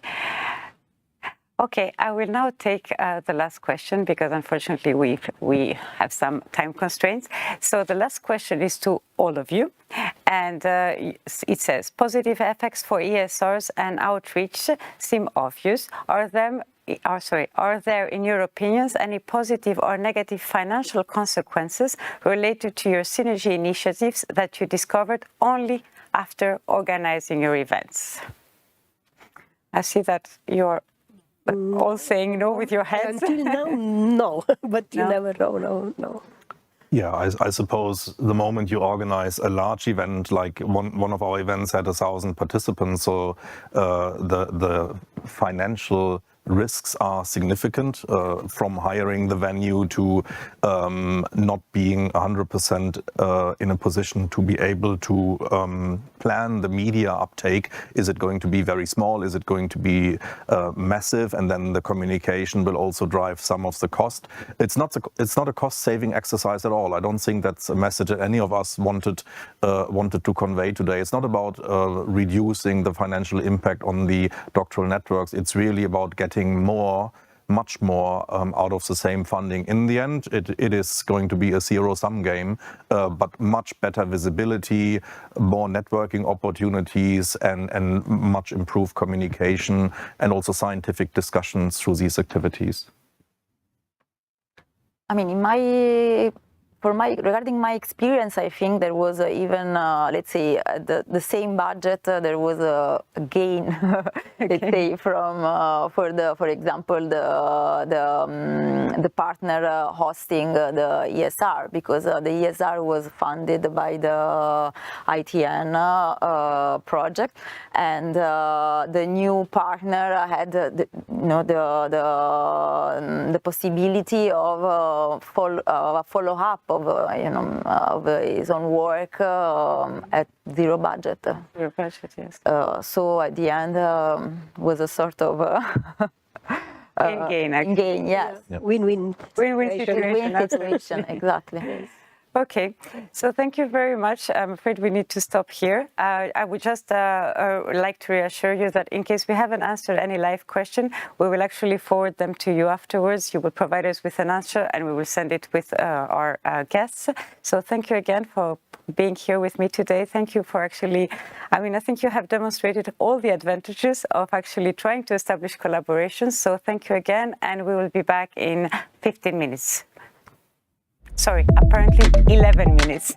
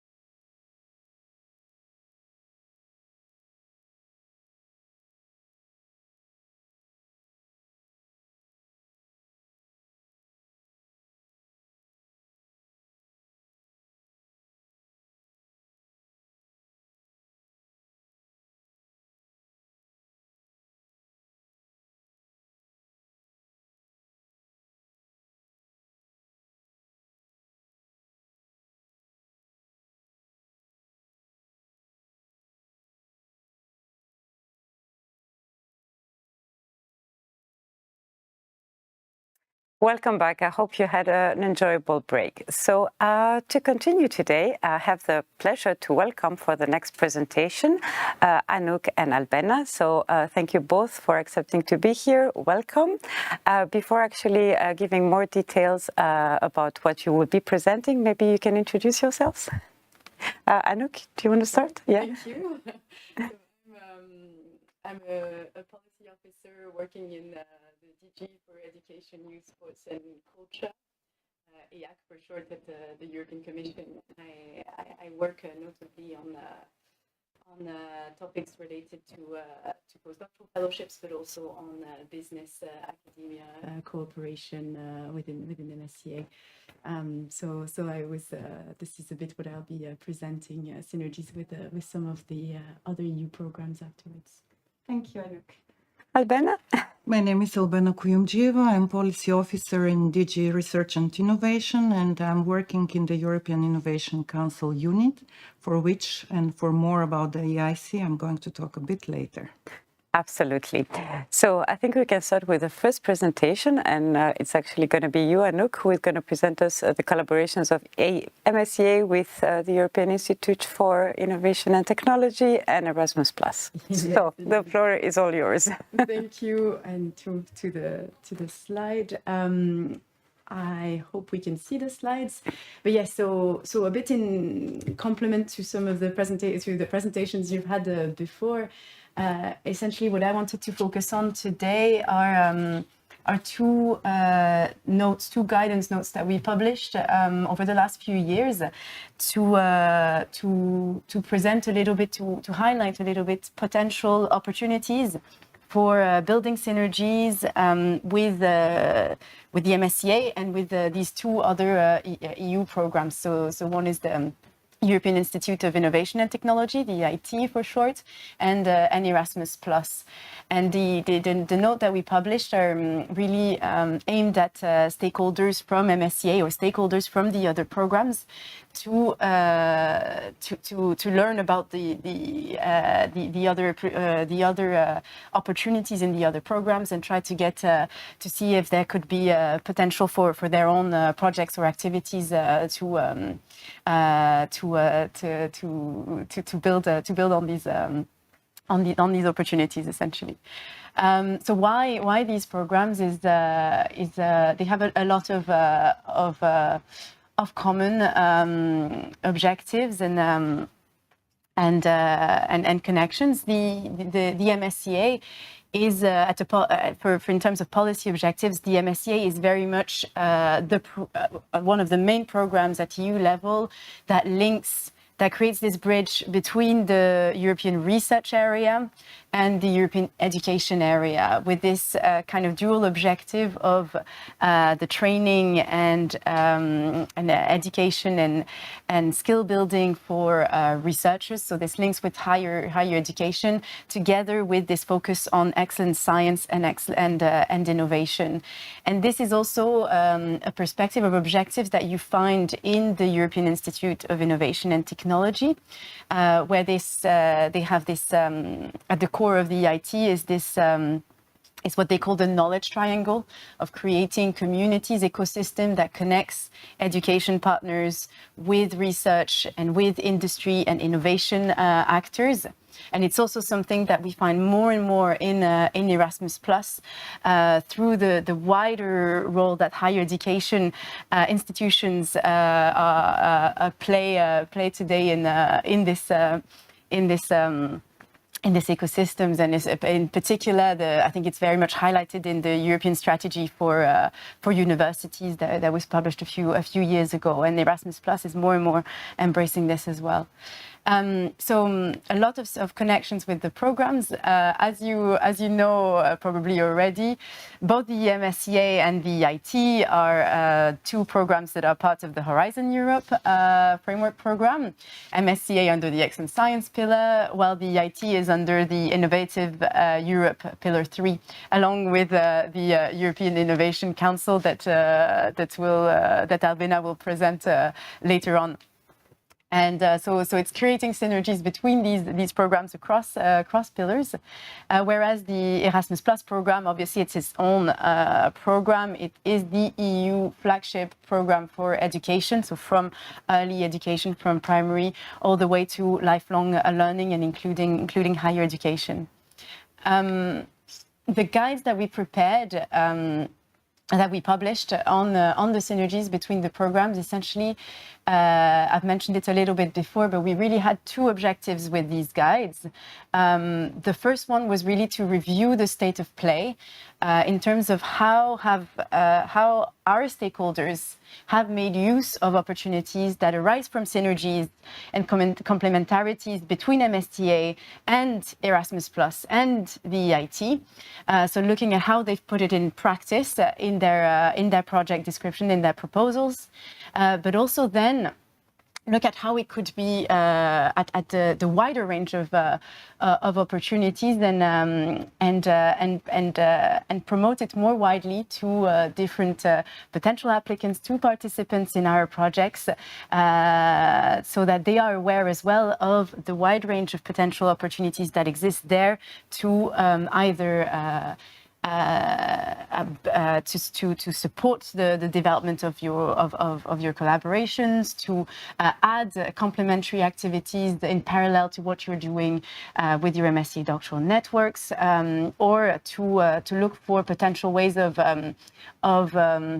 further exploiting the results of your doctoral network after the program. Obviously, there is always the question of double funding, so you cannot fund twice the same activity with two different programs, but there are a lot of opportunities for complementarity between the different actions and activities of the programs. So the guide is structured in a way that really mirrors those two objectives. So essentially, the two guides first provide a review of the range of opportunities that we've identified for synergies, for complementarities between MSCA and Erasmus Plus in the guide on Erasmus Plus and EIT on the guide specifically on EIT. And afterwards, we provide a list of in an annex, we provide a list of concrete examples of projects in MSCA that have exploited those synergies, that have exploited those complementarities, how they've done it in practice, and with whenever the projects have been finished, with what outcomes. So you can have a look at the guides. I think I put the links exactly on the next slides. So I invite you to have a look in more details at the two guides, to see if there might be ideas that might spark from them. And now the next part of the presentation, essentially, I'll focus on the different programs, just giving a brief introduction on each of the programs, and move on to then giving examples of from those notes on projects where we have seen some synergies and complementarities. So I won't. Yes, I forgot I had one more slide again to emphasize a bit the common. I've already said quite a bit about it at the start of the presentation, but I really wanted to emphasize some of the common features that you can build on to create those synergies between MSCA, Erasmus Plus, and the EIT. And in particular, this focus on training and education, obviously, which is a big part of all three programs, but also this focus on international, intersectoral, interdisciplinary mobility and collaboration as well. That's a core element of all three programs. Now, moving on to, in more details, the three programs. I don't think I have to go into details on the MSCA, obviously. I think you know it very well.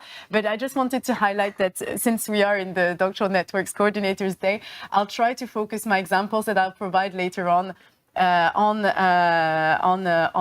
either ITN examples or DN examples. So it reflects a little bit your reality as well.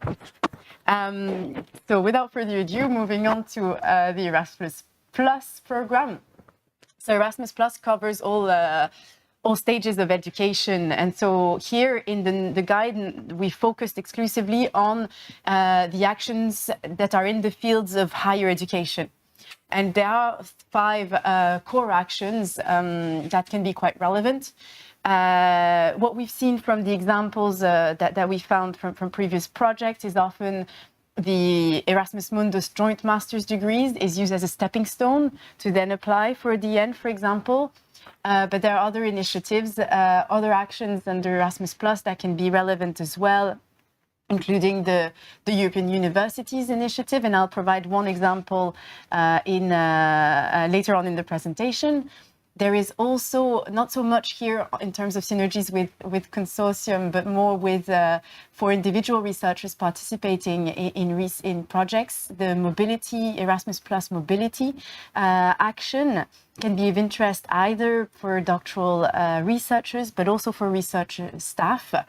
Obviously, the mobility relates more to the training, to education aspects, but there are opportunities there for both students and staff that can be of interest. The Erasmus Plus partnerships as well. There are 2 types that might be of interest here in particular. The partnerships for cooperation, which aim to develop, as the name says, develop cooperation between different actors, academic, non-academic, with higher education institutions, and also the partnerships for innovation that I think can be quite relevant for some of you. And finally, the Erasmus Plus capacity building in higher education, which aims more at capacity building for partners in third countries. So if you have partners at international beyond the EU, those are things that you could look into to again build or strengthen the collaborations that you have with a kind of complementary activities under Erasmus+. All these actions are detailed in the notes, and I don't have the time to go into details, but I invite you to have a look at the note on synergies with Erasmus+ if you want to know more about those different actions. Now, moving on to the EIT. This is the newest of the programs of the 3 programs. It was established in 2008. And essentially, I was mentioning it earlier in the presentation, but the concept is very much to building on this knowledge triangle that I was mentioning before, that links education, research organizations and innovation actors, industry, trying to develop communities that connects these partners to address specific societal challenges. And so the EIT relies heavily on its EIT knowledge and innovation communities, for short KICs. A lot of abbreviation in this presentation. And the KICs are all thematic. So they will address a specific challenge, and they will bring together partners from all 3 areas of this knowledge triangle. So here are at the moment there are 9 KICs that exist, which, as you can see, cover different challenges. So climate, digital, health, raw material. The latest one is on EIT culture and creativity. So for the culture and creative sectors and industry. And the way they are structured is there is a KIC that is its own legal entity, but around this KIC you have a number of partner organizations from all 3 sectors of the knowledge triangle. And it's often those partner organizations that are already collaborating as part of KICs that might find that have come together to apply for MSCA, for example. So this is just an example of what we see in practice, and I'll mention it a little bit later on in more details. So here are the KICs. Some of the synergies and complementarities that we've seen with between MSCA and the KICs, and notably, as I was saying, in terms of partner organizations, so building on already existing collaborations to apply for an MSCA doctoral, postdoctoral program, so co-fund or DN, for example, mobilizing the resources, the tools, instruments that exist within the KIC community. There are also opportunities for individual researchers in MSCA at all stages of their career to maybe benefit from some of the professional courses that are developed by the EIT KICs. And they have often more of an entrepreneurship kind of focus in their area focus, so in digital or in health or in food, for example. And the full range of courses, some of them are free, some of them there are fees to pay, so it's something to bear in mind. But the full range of courses of the EIT are available either on the brand new EIT campus or on each of the KIC's websites. On their education page, you can find the different courses that are available. The other aspects beyond education and training, in terms of research and innovation, there are obviously hosting opportunities, and that's been done in projects, in MSCA projects in the past, with MSCA researchers being hosted in KIC partner organizations. We have seen, like as part of secondments, for example, and also the opportunity to benefit from the KIC's business and innovation support services, for instance. There is also a pilot initiative of the EIT that might be of interest to you. Is the EIT HEI initiative, which aims to build the innovation capacity of higher education institutions. So there were a number of calls in 21-22. At the moment, there is no call open.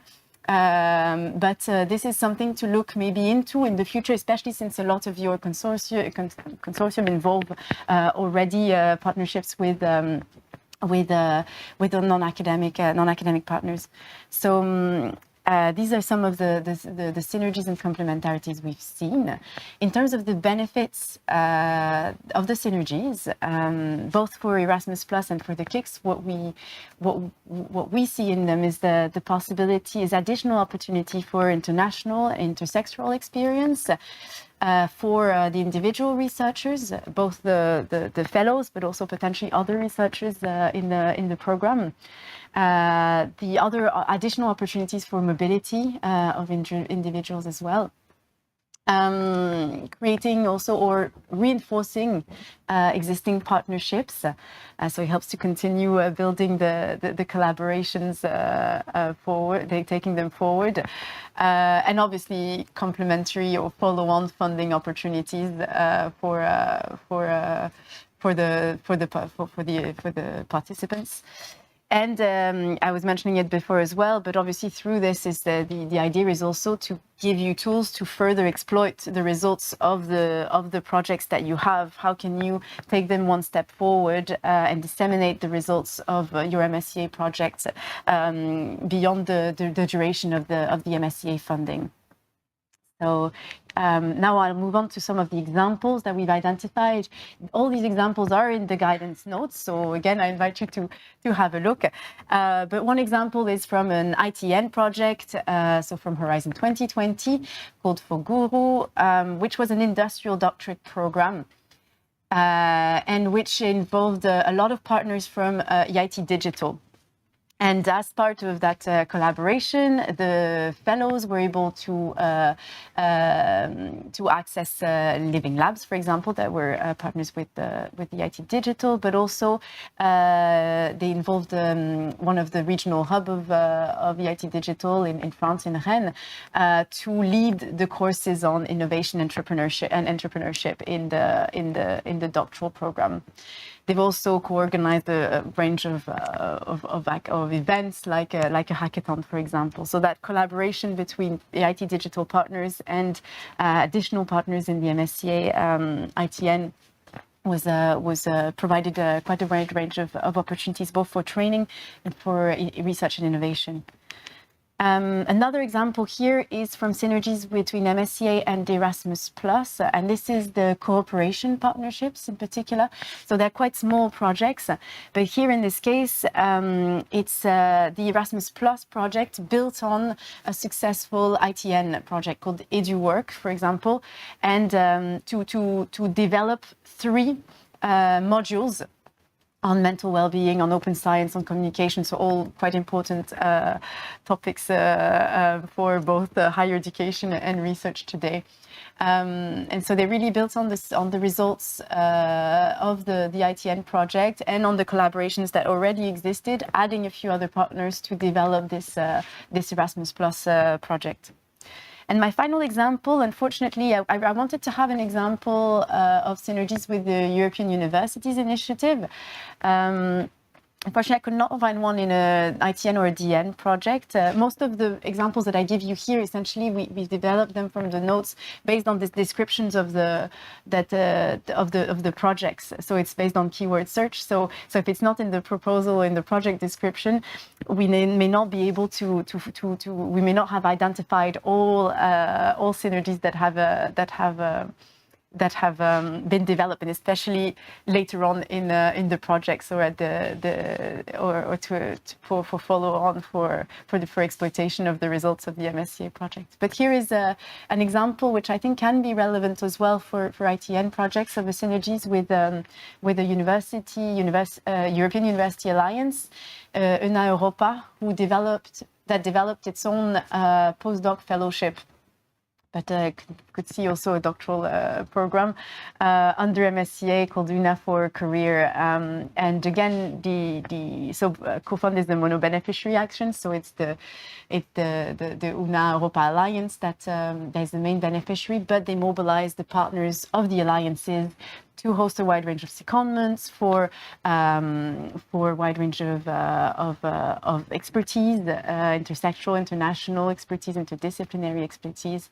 And that complements very well the education program that's supported by the Alliance from bachelor level to PhD, but while also spreading the best practice of the MSCA. So a lot of benefits for both the Alliance and the MSCA. And I think this is the end of my presentations. I put all the links here on this one last slide. And I hope it gave you food for thoughts for potential opportunities. And there is more in the guides that we've published. So once again, I invite you to have a look. Thank you very much. Thank you very much, Anouk. I think you have answered the first question we received, which says that is the guides on synergies between MSCA and other programs already available. They're all in the link of your presentation. So thank you again for actually summarizing possible synergies with all those programs. And I will now give the floor to Albena for the next presentation.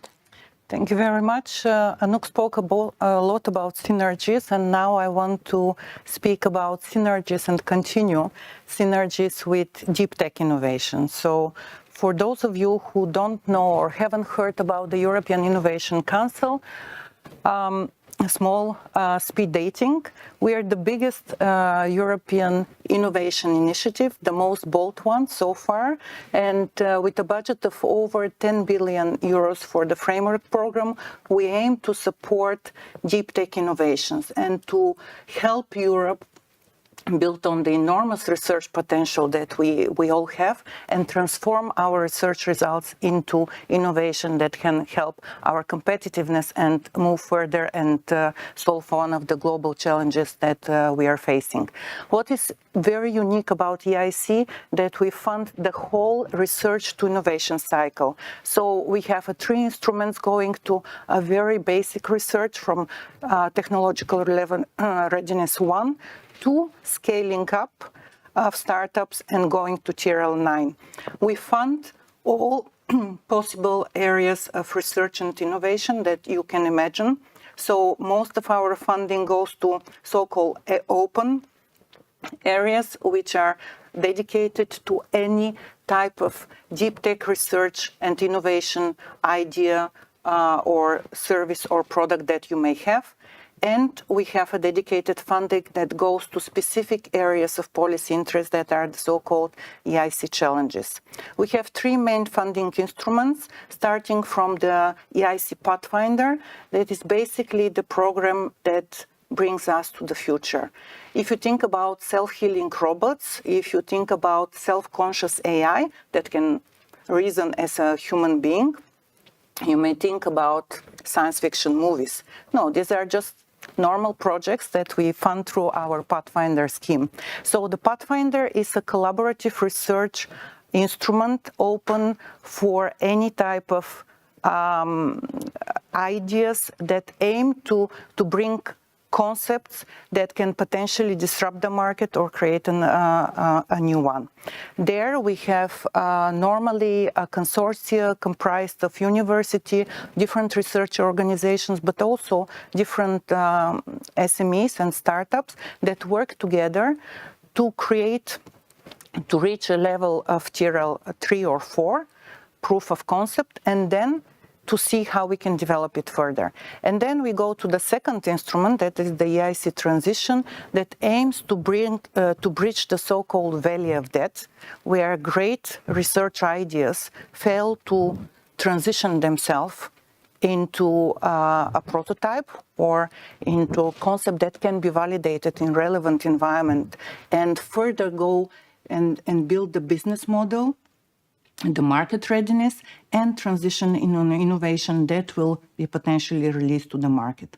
Transition is open both for a smaller consortium, but also to single entities that can have the IP rights on the Pathfinder results, or also talking about synergy, proof of concept from ERC. And for current challenges, we have open transition also to all results in Horizon 2020 and Horizon Europe. And then we go to the biggest instrument that we have, that is the EIC Accelerator. And the EIC Accelerator aims to support deep tech innovators that are bringing new products, creating new markets, or disrupt the existing ones. These deep tech innovative startups are at the point of time when they apply for us too high risk to be funded alone by private investors, and this is where EIC comes from. And for the first time in the history of the European Union, the Commission actually funds high-risk deep tech startups to enable them to further develop their products, for which we give grants up to 2.5 million, and further scale up, allowing them to fly and become European unicorns with an investment that can go up to 15 million euro.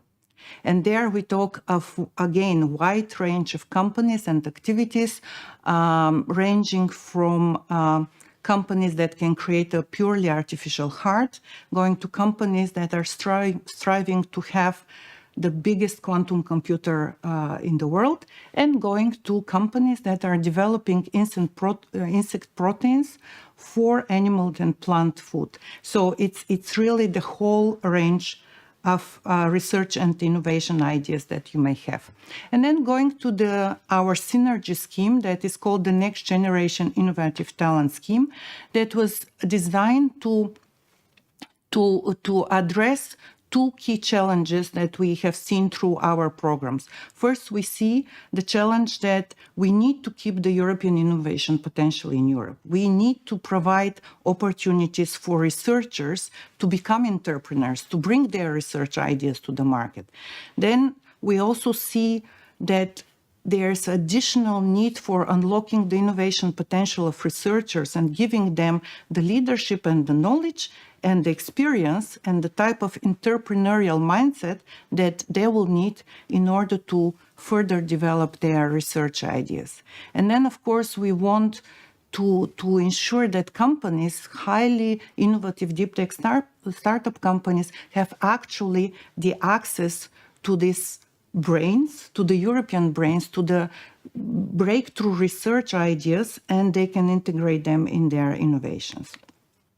In order to do this, we have devised a scheme that allows researchers and students to go and see how innovation is made in practice.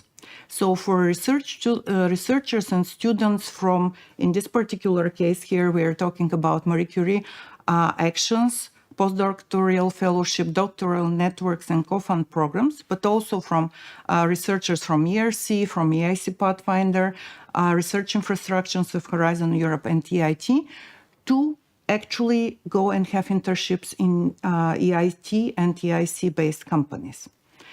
How is this done in practice? This is done through a matching process which aims to streamline the program into two main streams. The first one is called the Deep Tech Talents, and it is open for highly specialized projects or assistance to senior executive. And this stream is open to PhD candidates and postdoctoral researchers working for ERC, EIC Pathfinder, Marie Curie, EIT, or RNA Action. In this case, it will be a researcher who will go and work on a very well-defined, highly specialized project. in a EIC, for example, company. So if I'm an EIC company that is working on quantum, and in particular on quantum sensor, and I'm challenged with having an issues on how to overcome a development stage in the project, then I may request express an interest to host a PhD or a postdoctoral candidate who is working in this specific field.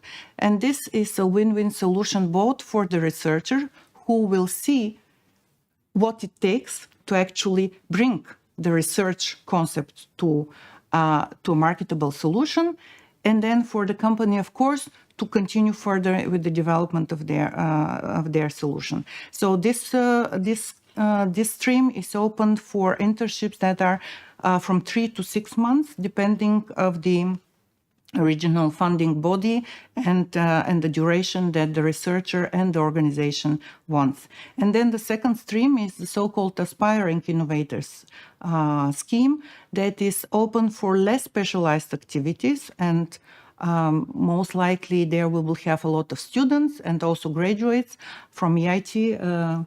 Anouk also spoke about them, doctoral programs, alumni, jumpstarters, and this stream is open for up to 6 months. And then for the last slide, how it happens in practice. In practice, the companies who are eligible to participate, the EIT and EIC companies, will express their interest. They will either define the specialized project that I already mentioned, or they will say that their CTO or CEO wants to have a researcher following them and having an internship in the company. After this expression of interest, it will be the eligible researchers who will express their interest for the specific internship that is already defined by the companies. And then we will have a matchmaking between the researchers and the internship position in the host companies. During the duration of the scheme, there will be, we are currently in the process of evaluation for the implementing entity. The researchers will receive support on how to practically apply, what do they need to present. They will be supported in handling the agreements between the research institutions and the companies, including standard agreements on the intellectual property rights and conditions of work. And then, of course, we will want the evaluation and feedback from the scheme because it is expected to run now for 2 years as a pilot. And then seeing the feedback, we want to continue it further. The difference of the scheme to anything that exists so far, that it is meant to be extremely fast, lean and agile matchmaking process, which has less administrative burdens both for the applicants and for the companies. And of course, the next question is when this will start. So we are, for the implementation of the scheme, we have published a call for expression of interest for entity that will implement the scheme. We are currently evaluating this call for expression of interest, and we are expecting and hoping that by the first or second quarter of 2024, we will have already the first internship running. Thank you very much. Thank you very much, Albena, for this very insightful presentation, and all the best with the new scheme. So I don't know if you have any questions to each other first, or shall we just take these questions from the public? Well, I mean, we have devised the scheme together, and this is what is really about synergies. You work with all the entities in the research and innovation domain, which makes the scheme easier for everybody and hopefully more impactful. Definitely. Okay, so I'll take the first question then we have. So how should a project report on potential synergies created? So I suppose this is a question specifically for DN. Unless, so I would say that you have to report back to your project officer, and I think you can do it in the periodic reports, of course, but you can also, I mean, if you launch an initiative, it's always good to inform us, because by informing actually the funding bodies, there are also potentials also for communication and dissemination from our side. So just don't hesitate to let us know as soon as you have implemented one synergy. I don't know if you want to comment on that. No, I mean there are also platforms. I mean, if depending on what the output is or the outcome of the synergies, you can think of the knowledge valorization platform, for example, where you can promote the excellent the innovative outputs you've had on specific aspects of your projects, and there feature the synergies, obviously. But yeah. Indeed. Okay, thank you. So I think the next question is for you, Albena, because we're talking about deep tech talent. So for the deep tech talent stream, so the DC can apply only after the 36 months recruitment, or can they also apply during their 36 months recruitment? So, So normally they can apply the rules of the original funding scheme. In this case, Marie Curie always apply. So as long as it is allowed under the MSc scheme to apply, they're welcome to apply for the deep tech talent scheme. yes, yes, indeed, I confirm. So in case actually you find one fellow who is interested to go, of course, we will need to change the secondment plan. You will need to notify us, but this is something which is quite flexible. And in case it is indeed interesting for the career of the researchers, we will, of course, help you establish and modify the secondments. So I'll take now the last question I see here. Can all ITDN projects participate in the IC talent scheme? Well, yes, definitely. The condition for the fellow to be hosted by the company is also that the original grant holder should agree, of course, with this internship. What we try to create with the Deep Tech Talent Scheme is to give access to these very young but very innovative startups that normally may have even not existed when the initial Marie Curie application was submitted, and allow them to be very flexible, because innovation happens very rapidly and research concepts are developed also very rapidly. So this is why we are hoping that we will get a lot of interesting candidates and very promising candidates from Marie Curie that will help us bring the innovation capacity of Europe at a much higher level.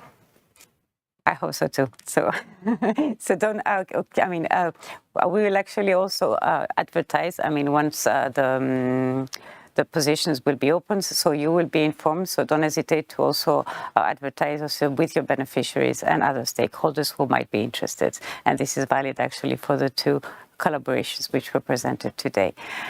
So I see here that there are no more questions. I would like to inform you that we have also opened a satisfaction survey. So if you could take a few minutes of your time to answer the questions to see how we could improve in this event in the future, or if it was useful for you, it will really help us.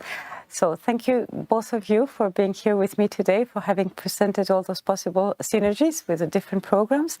And, well, I wish you a good day. Thank you. But you can stay with me for a moment. Okay, so before actually moving to the last session of the event, I would like to welcome the last speaker, Dr. Hakim Feria, who is actually Vice Chair of the MSCA who is Vice Chair of the MSCA Project Managers Group. And I will give him immediately the floor. He's far better placed than me to present this very nice initiative, which is also about, of course, networking. So Hakim, the floor is yours.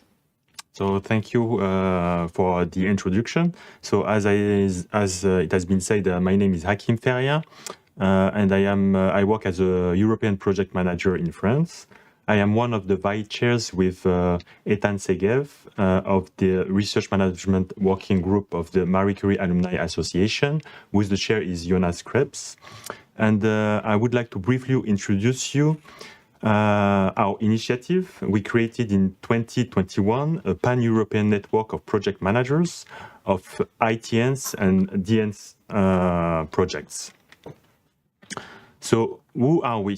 We are a community dedicated to facilitating exchanges among project managers that are involved in MSCA projects. we are a community of practice to first share experiences and good practices in many aspects of MSCA projects, dealing with recruitment, legal or financial issues, secondments, communication, training, reporting, and so on. The list is non-exhaustive. Actually, basically, it deals with all aspects of MSCA project in the daily management of this project.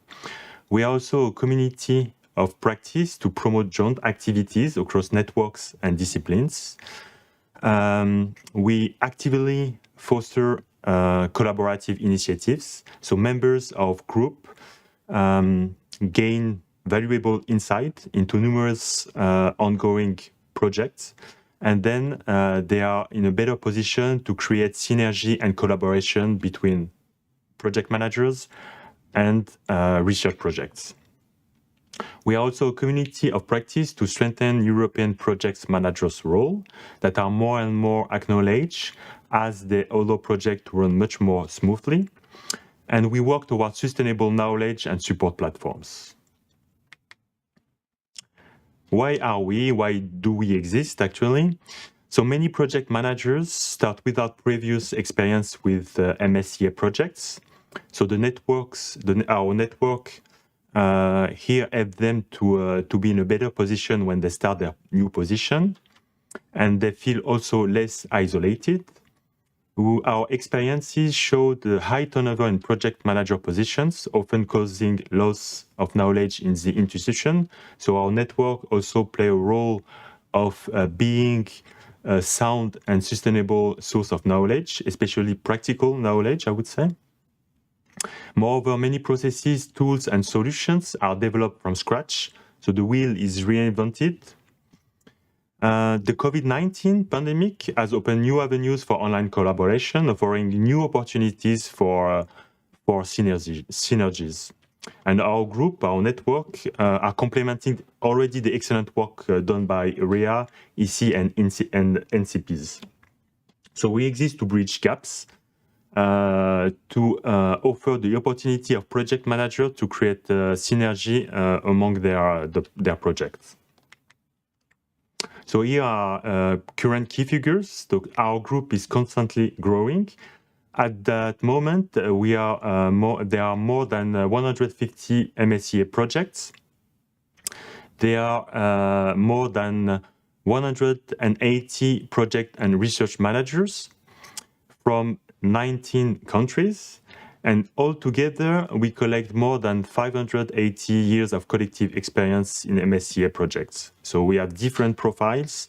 It starts from very early stage professional to senior professionals. So what we do practically regarding these networking activities and synergies. So as I said before, our group aims at creating synergies between projects. So to do so, we have monthly online meetings with or without dedicated topics, with open discussions, questions and answers. We benefit also from the support of the MSCA through their online platform, facilitating our exchanges. We have a central mailing list, and we use also traditional social networks, so to communicate both internally and externally. We also organize in-person exchanges at workshops, conferences, and so on. For instance, we organize a World Cafe at the 2023 MSCA event under the Spanish presidency in Toledo next week. And we also actively foster co-organized events between MSCA projects in order to create, as I said before, synergies between the projects. So to give you an idea of what we are doing regarding the workshop we organized, the last workshop we organized, it was within the framework of the 2023 MSCA annual conference held in Cordoba early this year. We organized a panel discussion dedicated to discuss sustainability of research management in terms of challenge and opportunity. So we also try to make connections with other relevant networks, as, for example, Alliance for Life and IRMA, so other scientific networks, but also networks more related to our position as project managers. So then we have more opportunities to create synergy beyond the MSCA project. Another example on what you did regarding the communication. So we use the platform called Medium to regularly publish articles. We focus monthly on one project manager. We put the spotlight on project managers through short interviews. We also share best practices through our so-called best practice of the month. So we try by this medium to reach as many people as possible to create, as I said before, more synergies.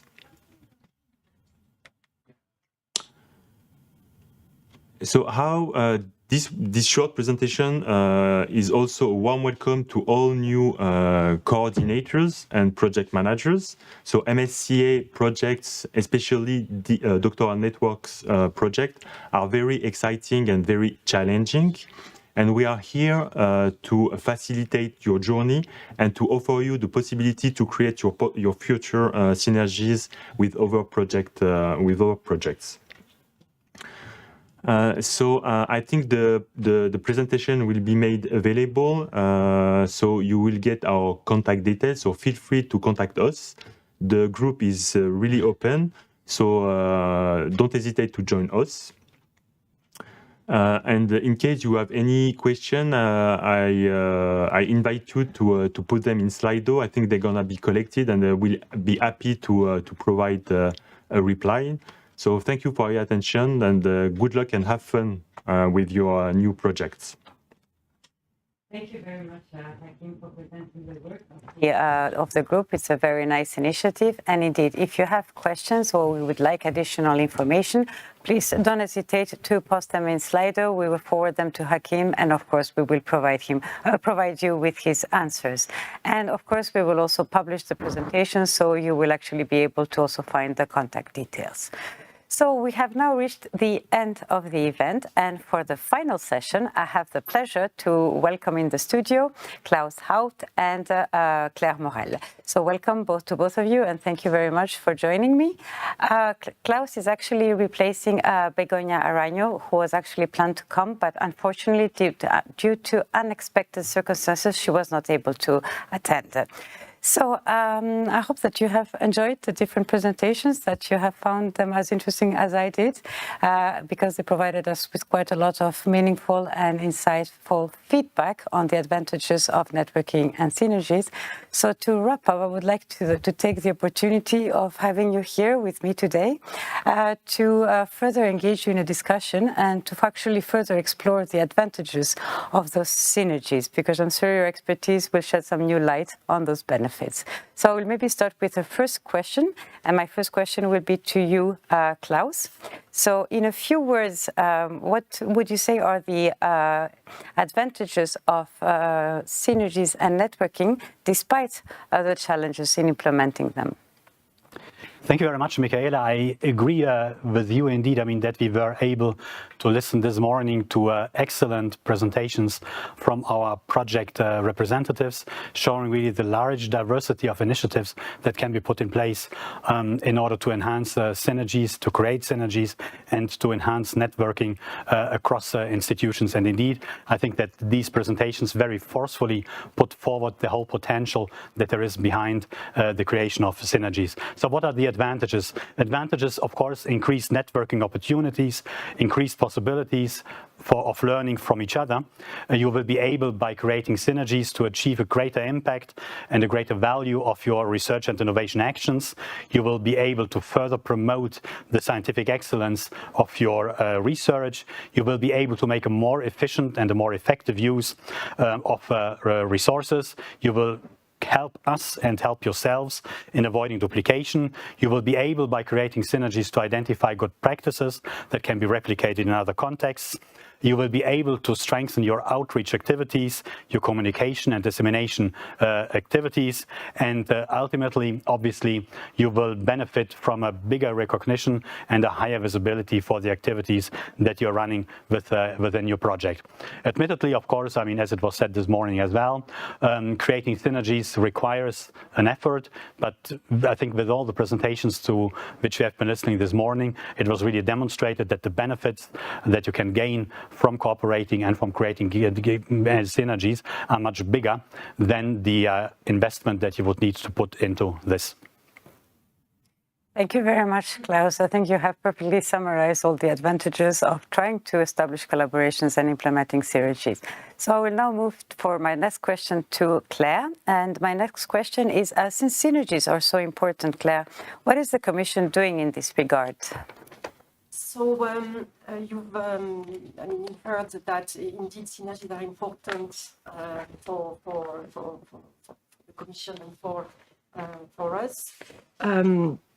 And there have been a number of guidelines. For example, this morning, the guidelines on synergies with Erasmus+, for example, mentioned, or there have been guidelines on synergies between Horizon Europe and the ERDF, the European Regional Development Fund. There have been training as well organized for the national contact points. There are as well some community of practices that have been organized for the Seal of Excellence for the countries or for the universities or regions that have put in place Seals of Excellence. But it can sometimes be a bit complicated for applicants to understand how these synergies work. You understand there are different types of synergies by design, downstream synergies, parallel synergies, parallel funding, etc. So it's not always easy, especially when there are different governing organizations or different ways of managing these funds. So this is why I think the Commission is well aware that this can be complicated, and one of the priorities of the reflection on the future framework program that has already started would be how to make these synergies much easier for applicants, especially when they prepare their applications. You've heard of different ways these synergies can work, both within Horizon Europe, but also with programs outside Horizon Europe. And I've just mentioned the Seal of Excellence. I think it was also mentioned this morning by Audrey. And although it doesn't apply for doctoral networks, because Seal of Excellence applies for what we call mono-beneficiary action. So for us, it's for postdoctoral fellowships and for our co-fund action. It's a way for projects which have not received funding to receive a fund a Seal of Excellence and receive funding from the member states. And we have currently 22 such schemes across 14 countries. And although it might not apply directly for doctoral networks, there might be researchers working on those projects. There might be institutions that are interested in also hiring more experienced researchers. So please have a look. We have a dedicated web page on the Seal of Excellence on our website. Thank you very much, Claire, for shedding some light on what the Commission is actually doing to promote synergies. So I will move back to Klaus. And my question to you is, in terms of replicability of good practices, could you highlight some which could be directly implemented by our newly funded projects? Thank you, Michaela. I think that as a first step, and I think it is also something that was mentioned this morning, it's certainly worthwhile to check the information that is available on the Corridis platform for the EU research results. There you will be able to identify projects from the doctoral networks, from other MSCA actions, but also from other parts of the Horizon 2020 or Horizon Europe projects working in the same area as you are doing. I heard the comment this morning that it is sometimes not easy to find information there. This is probably true, but actually there are quite a lot of search mechanisms put in place on the platform that you can use. There is obviously as well, the Horizon results platform that you can use. It was mentioned as well this morning that the project officers in our team can also give you some help in order to identify projects running in the same area. And we will also, following this meeting, make available to you a file with some good search functions on the 158 projects that have been selected under the DN22 call, with information on what the projects are doing, with project summaries that will also help you, at least for this particular generation, quite easily to identify projects which are working in the same area. So once this is done, I think that there are really a lot of initiatives that you can take, and I think that you can summarize it basically with an inter-project work that you can put in place, organization of joint activities, organization of seminars, workshop. You could organize topical cluster meetings, as we at REA have been doing in the past as well. We have been organizing meetings over the last 2 years, gathering all MSCA projects working in the area of the European Green Deal, for example, in the area of artificial intelligence, in the area of combating cancer. We have been doing that from REA over the last 2 years, and it is certainly also something that you can do. You could, for example, envisage holding workshops across projects on joint soft skills for the fellows. This is also a joint initiative that you could undertake with others. For the industrial doctorates, maybe in particular, but also for other doctorates that will be funded, I think they have been listening to the presentations on the initiatives put in place by the European Innovation Council. We have been listening also to information about what the European Institute of Technology is doing in the framework of the knowledge and innovation communities. And I think that in there, also looking at the activities funded through the European Research Council, I think that in there are plenty of possibilities for cooperation in terms of organizing secondments, in terms of organizing joint activities, joint workshops, secondments. I think there is a whole series of activities that can be put quite easily in place, enhancing the synergies with the EIC and with the EIT and also with the European Research Council. Lastly, for the joint doctorates, I think this is also something that I invite you to explore. There is the initiative of the European University Alliances that you can basically try to approach, and where you can try to create synergies.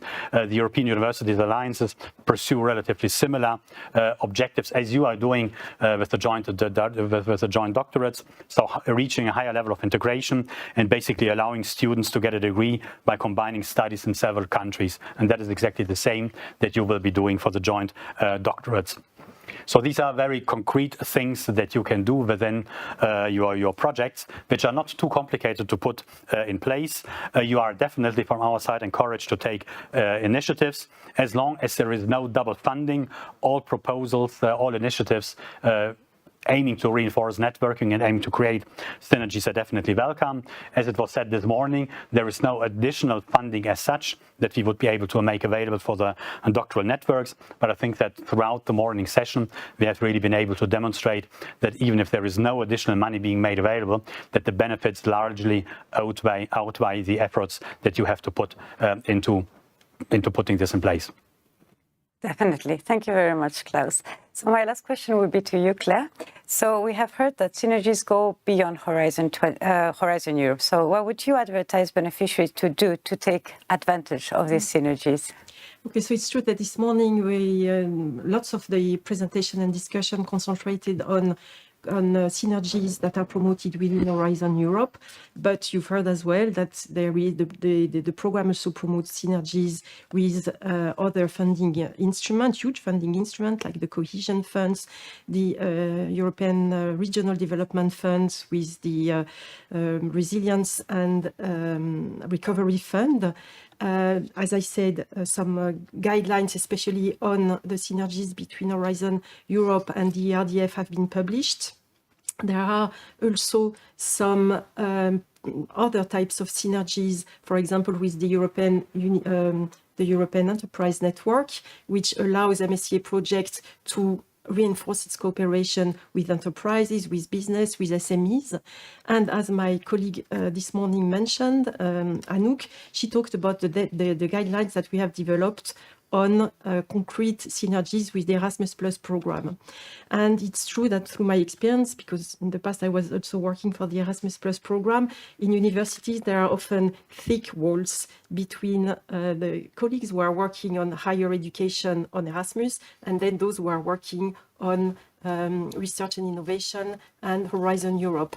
And as Klaus has just mentioned, with the example of the European University Alliances, there are more and more bridges which are possible between Erasmus Plus and MSCA and Horizon Europe in general. In the end, they are both promoting the mobility and the training also of doctoral candidates, of university staff. Both are funding collaborative projects. So my colleague Anouk has already mentioned a number of very concrete examples of how this can happen, and Klaus as well. So I really hope that through our messages today, through the guidelines that we have developed, that these barriers will slowly disappear and will allow people working on research and innovation and those working on higher education to take the best opportunities which are offered by the different programs.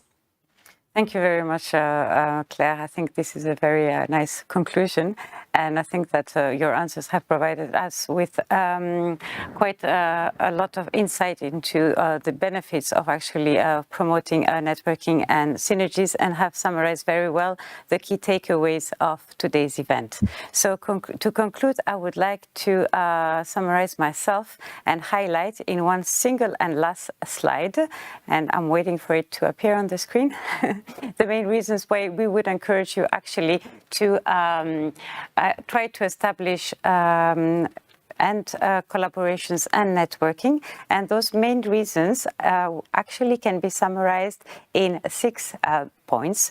And the first one is that through synergies and networking, you can promote collaborations among diverse research projects, leveraging complementary expertise and resources. In addition, synergies can lead to resource optimization because joint efforts reduce duplication, making efficient use of funding and infrastructure. In addition, synergies are also beneficial for knowledge exchange, as we have heard the whole morning. So actually, it facilitates sharing of insights and data, leading to a more comprehensive understanding of the research topic. Finally, innovation is also actually fostered through the interactions which are created with across different projects and sectors.